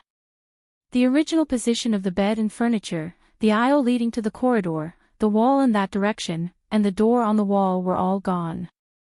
Only half of the inn was left, and outside the room was the dark blue sea of the Taoist Strait. Mr. Brando. Brando raised his eyebrows. He had only learned how the Twilight Dragon used its mental power to attack space and cause a spatial storm. Of course, he had added his own elemental power and understanding of the law of time and space, but he did not expect the power to be so amazing. He had only used about 30% of his strength, but the power was not inferior to the full power of the law of time. There was a commotion among the guards in the square, and the knight there had no time to stop it. The archers who had already drawn their bows subconsciously shot a wave of arrows. The people watching from afar could not help but open their mouths wide as they watched the wave of arrows climb higher and higher. They thought to themselves that it had been many years since they had seen such a big scene in Rosaline. Some people were already mourning for Brando and the others. They had nothing to do with Brando, but they were simply dissatisfied with the local ruler. But what happened in the next moment left everyone dumbstruck. The sound of something breaking through the air came from outside the room. Brando stretched out his right hand in that direction without looking back. The ripples of space swept across the whole square in an instant, and all the arrows were immediately fixed in mid-air, densely packed like a wall. With a light flick of his finger, the wall of arrows swept back at a speed that was thousands of times faster than before. Like a storm, the guards in the square were beaten into a disorderly state. Mournful screams resounded in the air. Mr. Brando, they. Huang Hua could not bear it. Brando shook his head. After all, Huang Hua was too naive, but he would not use his power to kill the innocent. I didn't kill them, but if I don't teach these people a lesson, they won't retreat easily. Huang Hua quickly turned around and saw that most of the people on the ground were just injured. At this time, the morale of the lords in the square had collapsed, and many people had thrown away their weapons and started to escape. Even a few knights were among them. She could not help but look at Brando apologetically, thinking that she had accidentally misunderstood him. Mr. Brando was indeed a true swordsman, and only such a person could walk on the path of the extreme. She also admired Brando. Not only did he have a heart to restrain power, but he also had a meticulous control of space power. 1 against 100, what a spectacular scene. Huang Hua silently held his sword, wondering when he would be able to have such strength. At this time, Incerstus seemed to have finally made up his mind, and said solemnly, "We have a stronghold in the west of Rosaline City. Where is Tarkus?" Brando turned around. He nodded silently. "So, they have found Huang Hua." The sunlight penetrated the shadows of the trees, leaving sparse shadows on the ground. In a forest near Rosaline City, a man who was half sitting on a white rock turned around and confirmed with his subordinates with a hint of surprise. His long black hair draped behind his head, covering half of his thin and pale face. It should have been a face full of devilish beauty, but his thin lips and gloomy expression weakened this feminine temperament, making him look a little cold. The words he said were equally harsh: "When the ghost phoenix strikes, all 9 heads will suffer together." I didn't expect to underestimate these people. I thought they were not capable of hiding in the Taoist Strait. The subordinate quickly raised his head and asked, "Master Feng Qi, the Lord of Rosaline wants to see you. Do you plan to go?" No, I don't like anyone here." The man shook his head, "and Mr. Liu is not easy to deal with. He has the Jade Phoenix Stone. We must ask the 2 masters to come out, and we may have to use that thing." He waved his hand casually, and the black flying phoenix pattern on the cloud-like sleeve seemed to come alive. "Find someone to talk to him." "Yes, find a way to drive him out of that damn castle. Tell him how powerful Huang Hua and that person are. Don't let him get away with it, master. It would be best if we can kill 2 birds with 1 stone, but remember to prioritize. Compared to the secret of the stagnation boundary, my cousin is nothing." "Yes." The afternoon light became brighter again. The noise from outside the courtyard became noisier. Delphine, who was pondering something in her diary, seemed to have noticed something. She raised her head and frowned slightly. She pulled out the chair and stood up. She came to the window and used her hand to push open a gap in the wooden grill.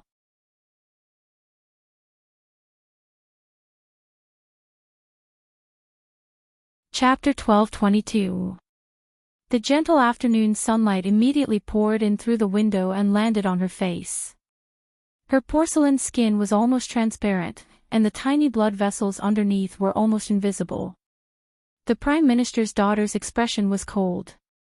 When her gaze landed on the courtyard, she saw that there were some men and women in black robes in the courtyard through the shade of the trees.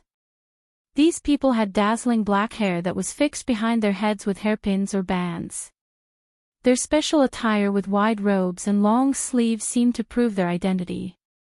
These people either came from 9 Phoenix, or at least their bloodline came from 9 Phoenix.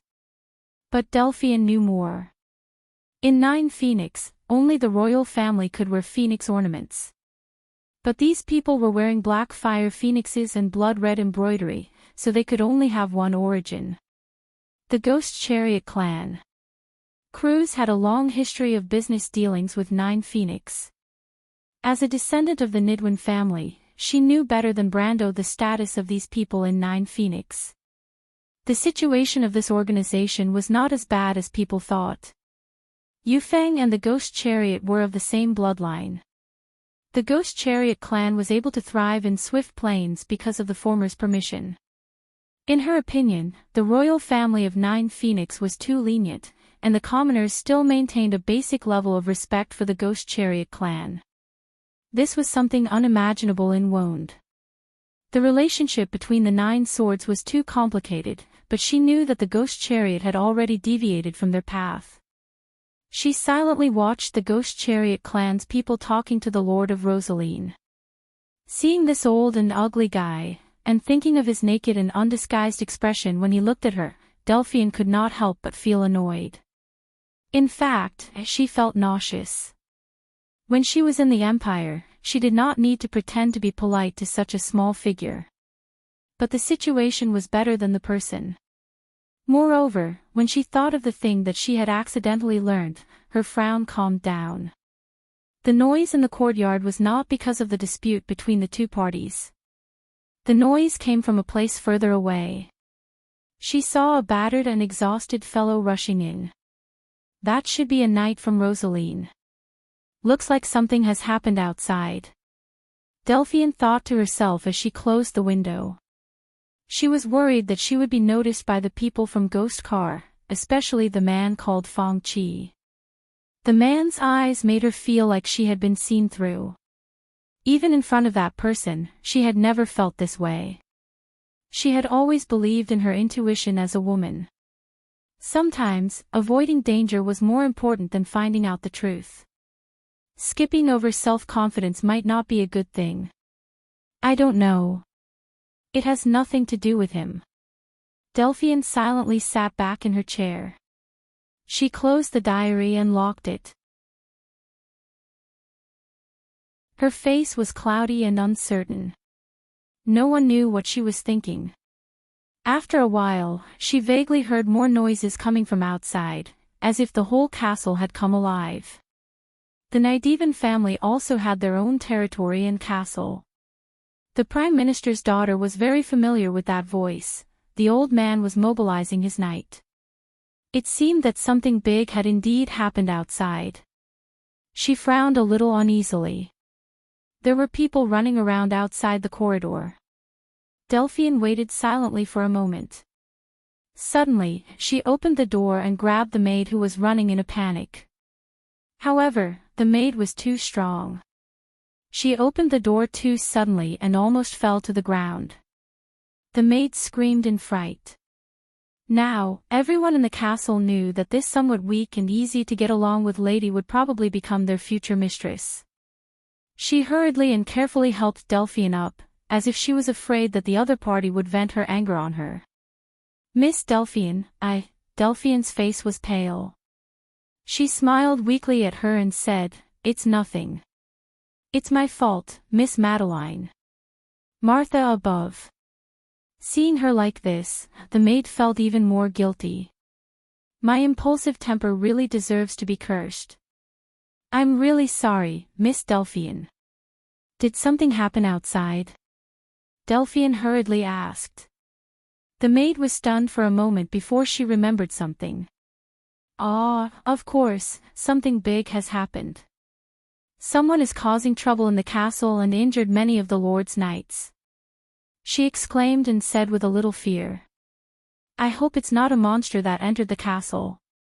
But the Lord has already sent Mr. Boban out with the night guards. There shouldn't be any problem. Nothing will happen, Madeline. Mr. Boban will take care of it.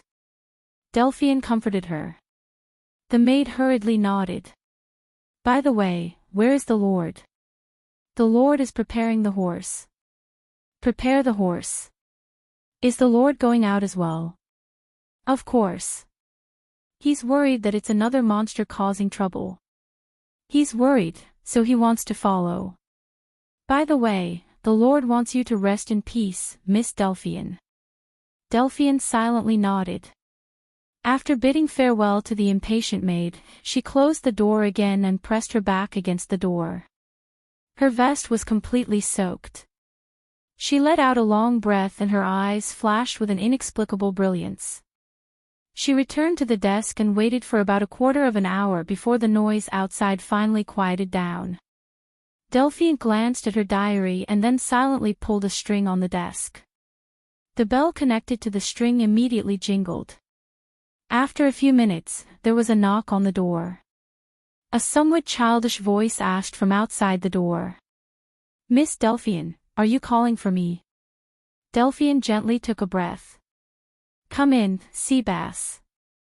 The door was pushed open with a cautious sound, and a dark-skinned young man wearing a gray robe and jacket walked in. He carefully looked around the room, and then his eyes fell on Delphine's back. His eyes were suddenly filled with admiration and respect. "Miss Delphian, is something wrong?" the young man asked in a low voice. "Is his lordship here?" "His lordship has gone out, Miss Delphian." The look on Delphine's face relaxed a little. "I need you to do me a favor, Seabass." The young man was slightly taken aback. Then, a solemn expression appeared on his face. "Miss Delphian, if you have any instructions, please let me know." She picked up the diary on the desk and asked, "That friend of yours, is he really reliable?" "That Uncle Axayan may be making a living in the underworld, but he is actually a good person," the young man keenly asked. "Miss Delphian, do you have something you need to do in Rosaline City?" "About that. Ask your friend to help me find a person. His name is Brando. He is not a local and his characteristics are very obvious. It should be easy for you to find him." She turned around and looked at the young man who was looking at her with a slightly intoxicated expression. She handed the diary to him. "When you find that person, give this diary to him. However, before that, you must keep this diary with you. You cannot give it to anyone, and you cannot tell anyone about it. Do you understand?" "I understand." Seeing the solemn expression on her face, the young man replied in a methodical manner. "Will you keep it a secret for me, Seabass?" "I will definitely keep it a secret for you, Miss Delphian." The young man's breathing became heavier. "Miss Delphian, you have saved my life, so Seabass' life belongs to you." "Very well. Do you remember what I said?" The young man quickly repeated it. Delphian nodded her head and smiled faintly. "That's right. When you find that person, tell him that after page 77 of the diary." "After page 77, Miss Delphian, I will keep it in mind." Seeing the other party smile at him, the young man was stunned. He quickly swore again and again that he would not reveal the secret. After that, he left with this solemn vow. Delphian watched as the young man's figure disappeared outside the door. Then, as if she had collapsed, she supported herself on a chair and sat down. She did not have much time. It was not easy for her to choose a reliable character to make the other party believe that she had saved his life. She did not expect that in just a short day, she would have to use this relationship. Although the time was too short, it had its advantages. Sometimes, when a person's passion had not yet dissipated, they would do many things without thinking. Although this situation was not very reassuring, she understood that she did not have much of a choice. As for using others, the daughter of the Prime Minister had never felt any psychological burden at all. She sat on the chair and rested for a moment. After being injured again, she felt that her body was much weaker than before. This feeling of exhaustion was not good, but Delphian also knew that she did not have much time. She gritted her teeth and stood up with the help of the chair's armrest. She took a deep breath, then staggered out of the door. Brando and Huanghua stood in a closed alley. This should be the slum in the west of Rosaline City. The huts and messy buildings piled up to form a dead end. The surrounding environment was not very good, and there was a disgusting stench in the air. About a few minutes ago, they saw Immerse use a secret signal to knock on a tightly shut door. The genius general of Madara signaled them to be patient, and then his figure disappeared behind the door. After that, there was no more movement. Huanghua stood beside Brando, holding her sword. She wanted to say something several times, but in the end, she held back. The path of the Jade Phoenix was about calmness. She always felt that the other party might have noticed something, so she did not speak rashly. Brando looked at the little girl who looked calm on the surface, but from her occasional frown, he could see that she seemed to be worried about him. He could not help but smile and said, "Don't worry, he won't just leave." Huanghua was stunned for a moment, then realized that her state of mind had been seen through by him. She frowned, annoyed that she was not calm enough. No, no. She explained in a low voice, that person, he is lying to you, Mr. Brando. Huanghua, you saw it too. Brando raised his eyebrows slightly, looking a little surprised.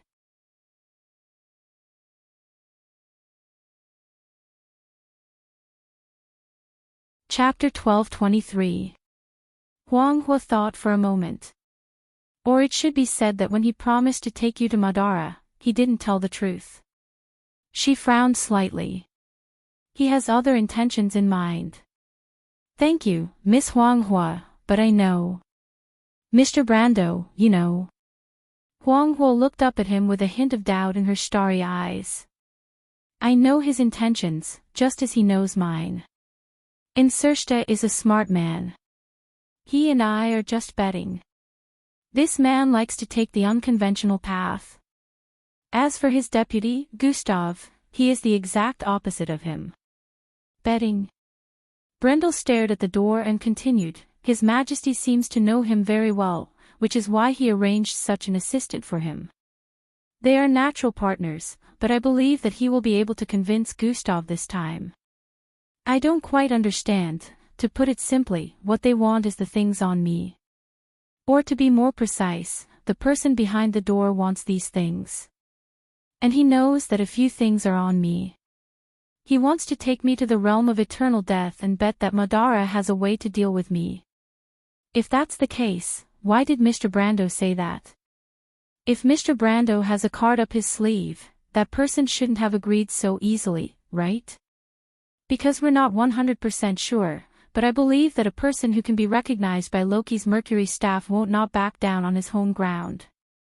Enrich knows this, and so does Gusta, so he'll definitely convince the one-eyed man. Huanghua shook her head disapprovingly. The ruler of a country should not be so careless, especially according to Mr. Brando. It is the link that maintains the stability and unity of this huge country. How can it allow its subordinates to gamble the fate of a country? Brando did not answer this question. Because there may be many answers to this question, but he did not know how to explain the closest guess to this little girl. He sighed deeply. If I'm not wrong, this may be the reason why my country has suffered so much. When he confirmed with Enrich the reason why Madara invaded Erewhon, he finally understood the problem. Why would Madara be so fond of Erewhon's barren land? Perhaps it was not just because of geography. Madara also had better sea crossings to the left of Kermit Island, and in places like White Mountain, where order was ruled by eternal darkness, it was more suitable for the undead to advance. Erewhon had a special meaning to Madara, probably because of its own uniqueness. Not only did it have the Orb of Flame and the Halran Gaia, but it also had the will of the mountains and rivers and Sinna, as well as the Azure Lance, Firmament, and the Holy Sword of Light, Somir, which he and Lute saw outside the elemental barrier. The other party had the Mercury Staff, so it was not impossible for them to know the secret of the Amber Sword. If that Emperor's true goal was the same as his, then everything would make sense. Why would Madara insist on annexing Erewhon? And this was also the basis of his deal with Enrich. He knew that Enrich should at least know that he had the Halran Gaia, and perhaps he also knew that he had the soul of Oderfeis. Although this news might be a little outdated, it was enough. He also got the answer he wanted from the other party's reaction, which confirmed his guess. So the two of them each had their own ulterior motives, but they each knew the other's true intentions. If Enrich lured him to the realm of eternal death, set up a perfect ambush, and took those things from him, then the undead would have accomplished half of their goal of invading Erewhon without any effort. Perhaps they could have done it step by step before, but he deliberately showed that he had foresight and an aggressive attitude in front of the other party, just to make the Black Lord wary and misjudge the difficulty of invading this small kingdom. Now it seemed that he had at least achieved half of his goal. The rest would depend on the travel in Madara. Perhaps Erewhon's crisis would be resolved, and in the best-case scenario, he could still get the Mercury Staff. Even if it was a little worse, there would still be a way to escape. Brando was still very confident in his current strength. For him who had the element of time and space, no one in this world could easily make him stay. And when he reached the realm of eternal death, at least it would be more convenient to return to Erewhon. Huanghua saw that his expression was a little strange, and thought that he was thinking of his homeland when he saw the things, so she quickly apologized. "I'm sorry, Mr. Brando, I shouldn't have brought up this topic. It's none of your business." Brando shook his head gently. But his indifference made the little girl feel even more guilty, and she said firmly, "Mr. Brando, if Madara really supports the Chariot Spectre, Mr. Liu and I will find a way to persuade His Majesty to ally with you. We have a common enemy." "It's my pleasure." Brando looked at her with some gratitude. However, he also knew that the alliance between Erewhon and the Nine Phoenix was not something that the two of them could decide here. He might be able to represent Valhalla, but although Huanghua was a princess, she might not even be able to represent the Jade Phoenix royal family, let alone the opinion of the entire Nine Phoenix. Of course, perhaps after she and Mr. Liu returned to the Nine Phoenix, they could fully utilize their identity and power, but before that, he could not just stare blankly at them. For now, it seemed that the most important thing was to destroy the offensive of the Second War of the Black Roses. While the two were talking, the door in front of them suddenly opened without warning, and a skull poked out from inside. The two grayish-white phosphorescent flames in the skull's black eye socket scared Huanghua, and even Brando was a little surprised.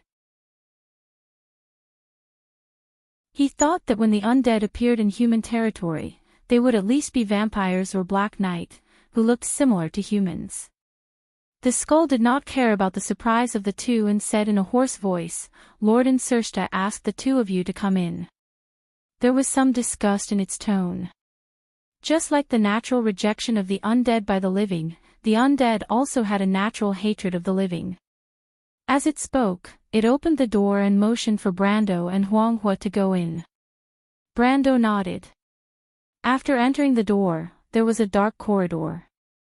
Brando's eyesight was very good, and he quickly saw the specks of soul fire that lit up in the darkness.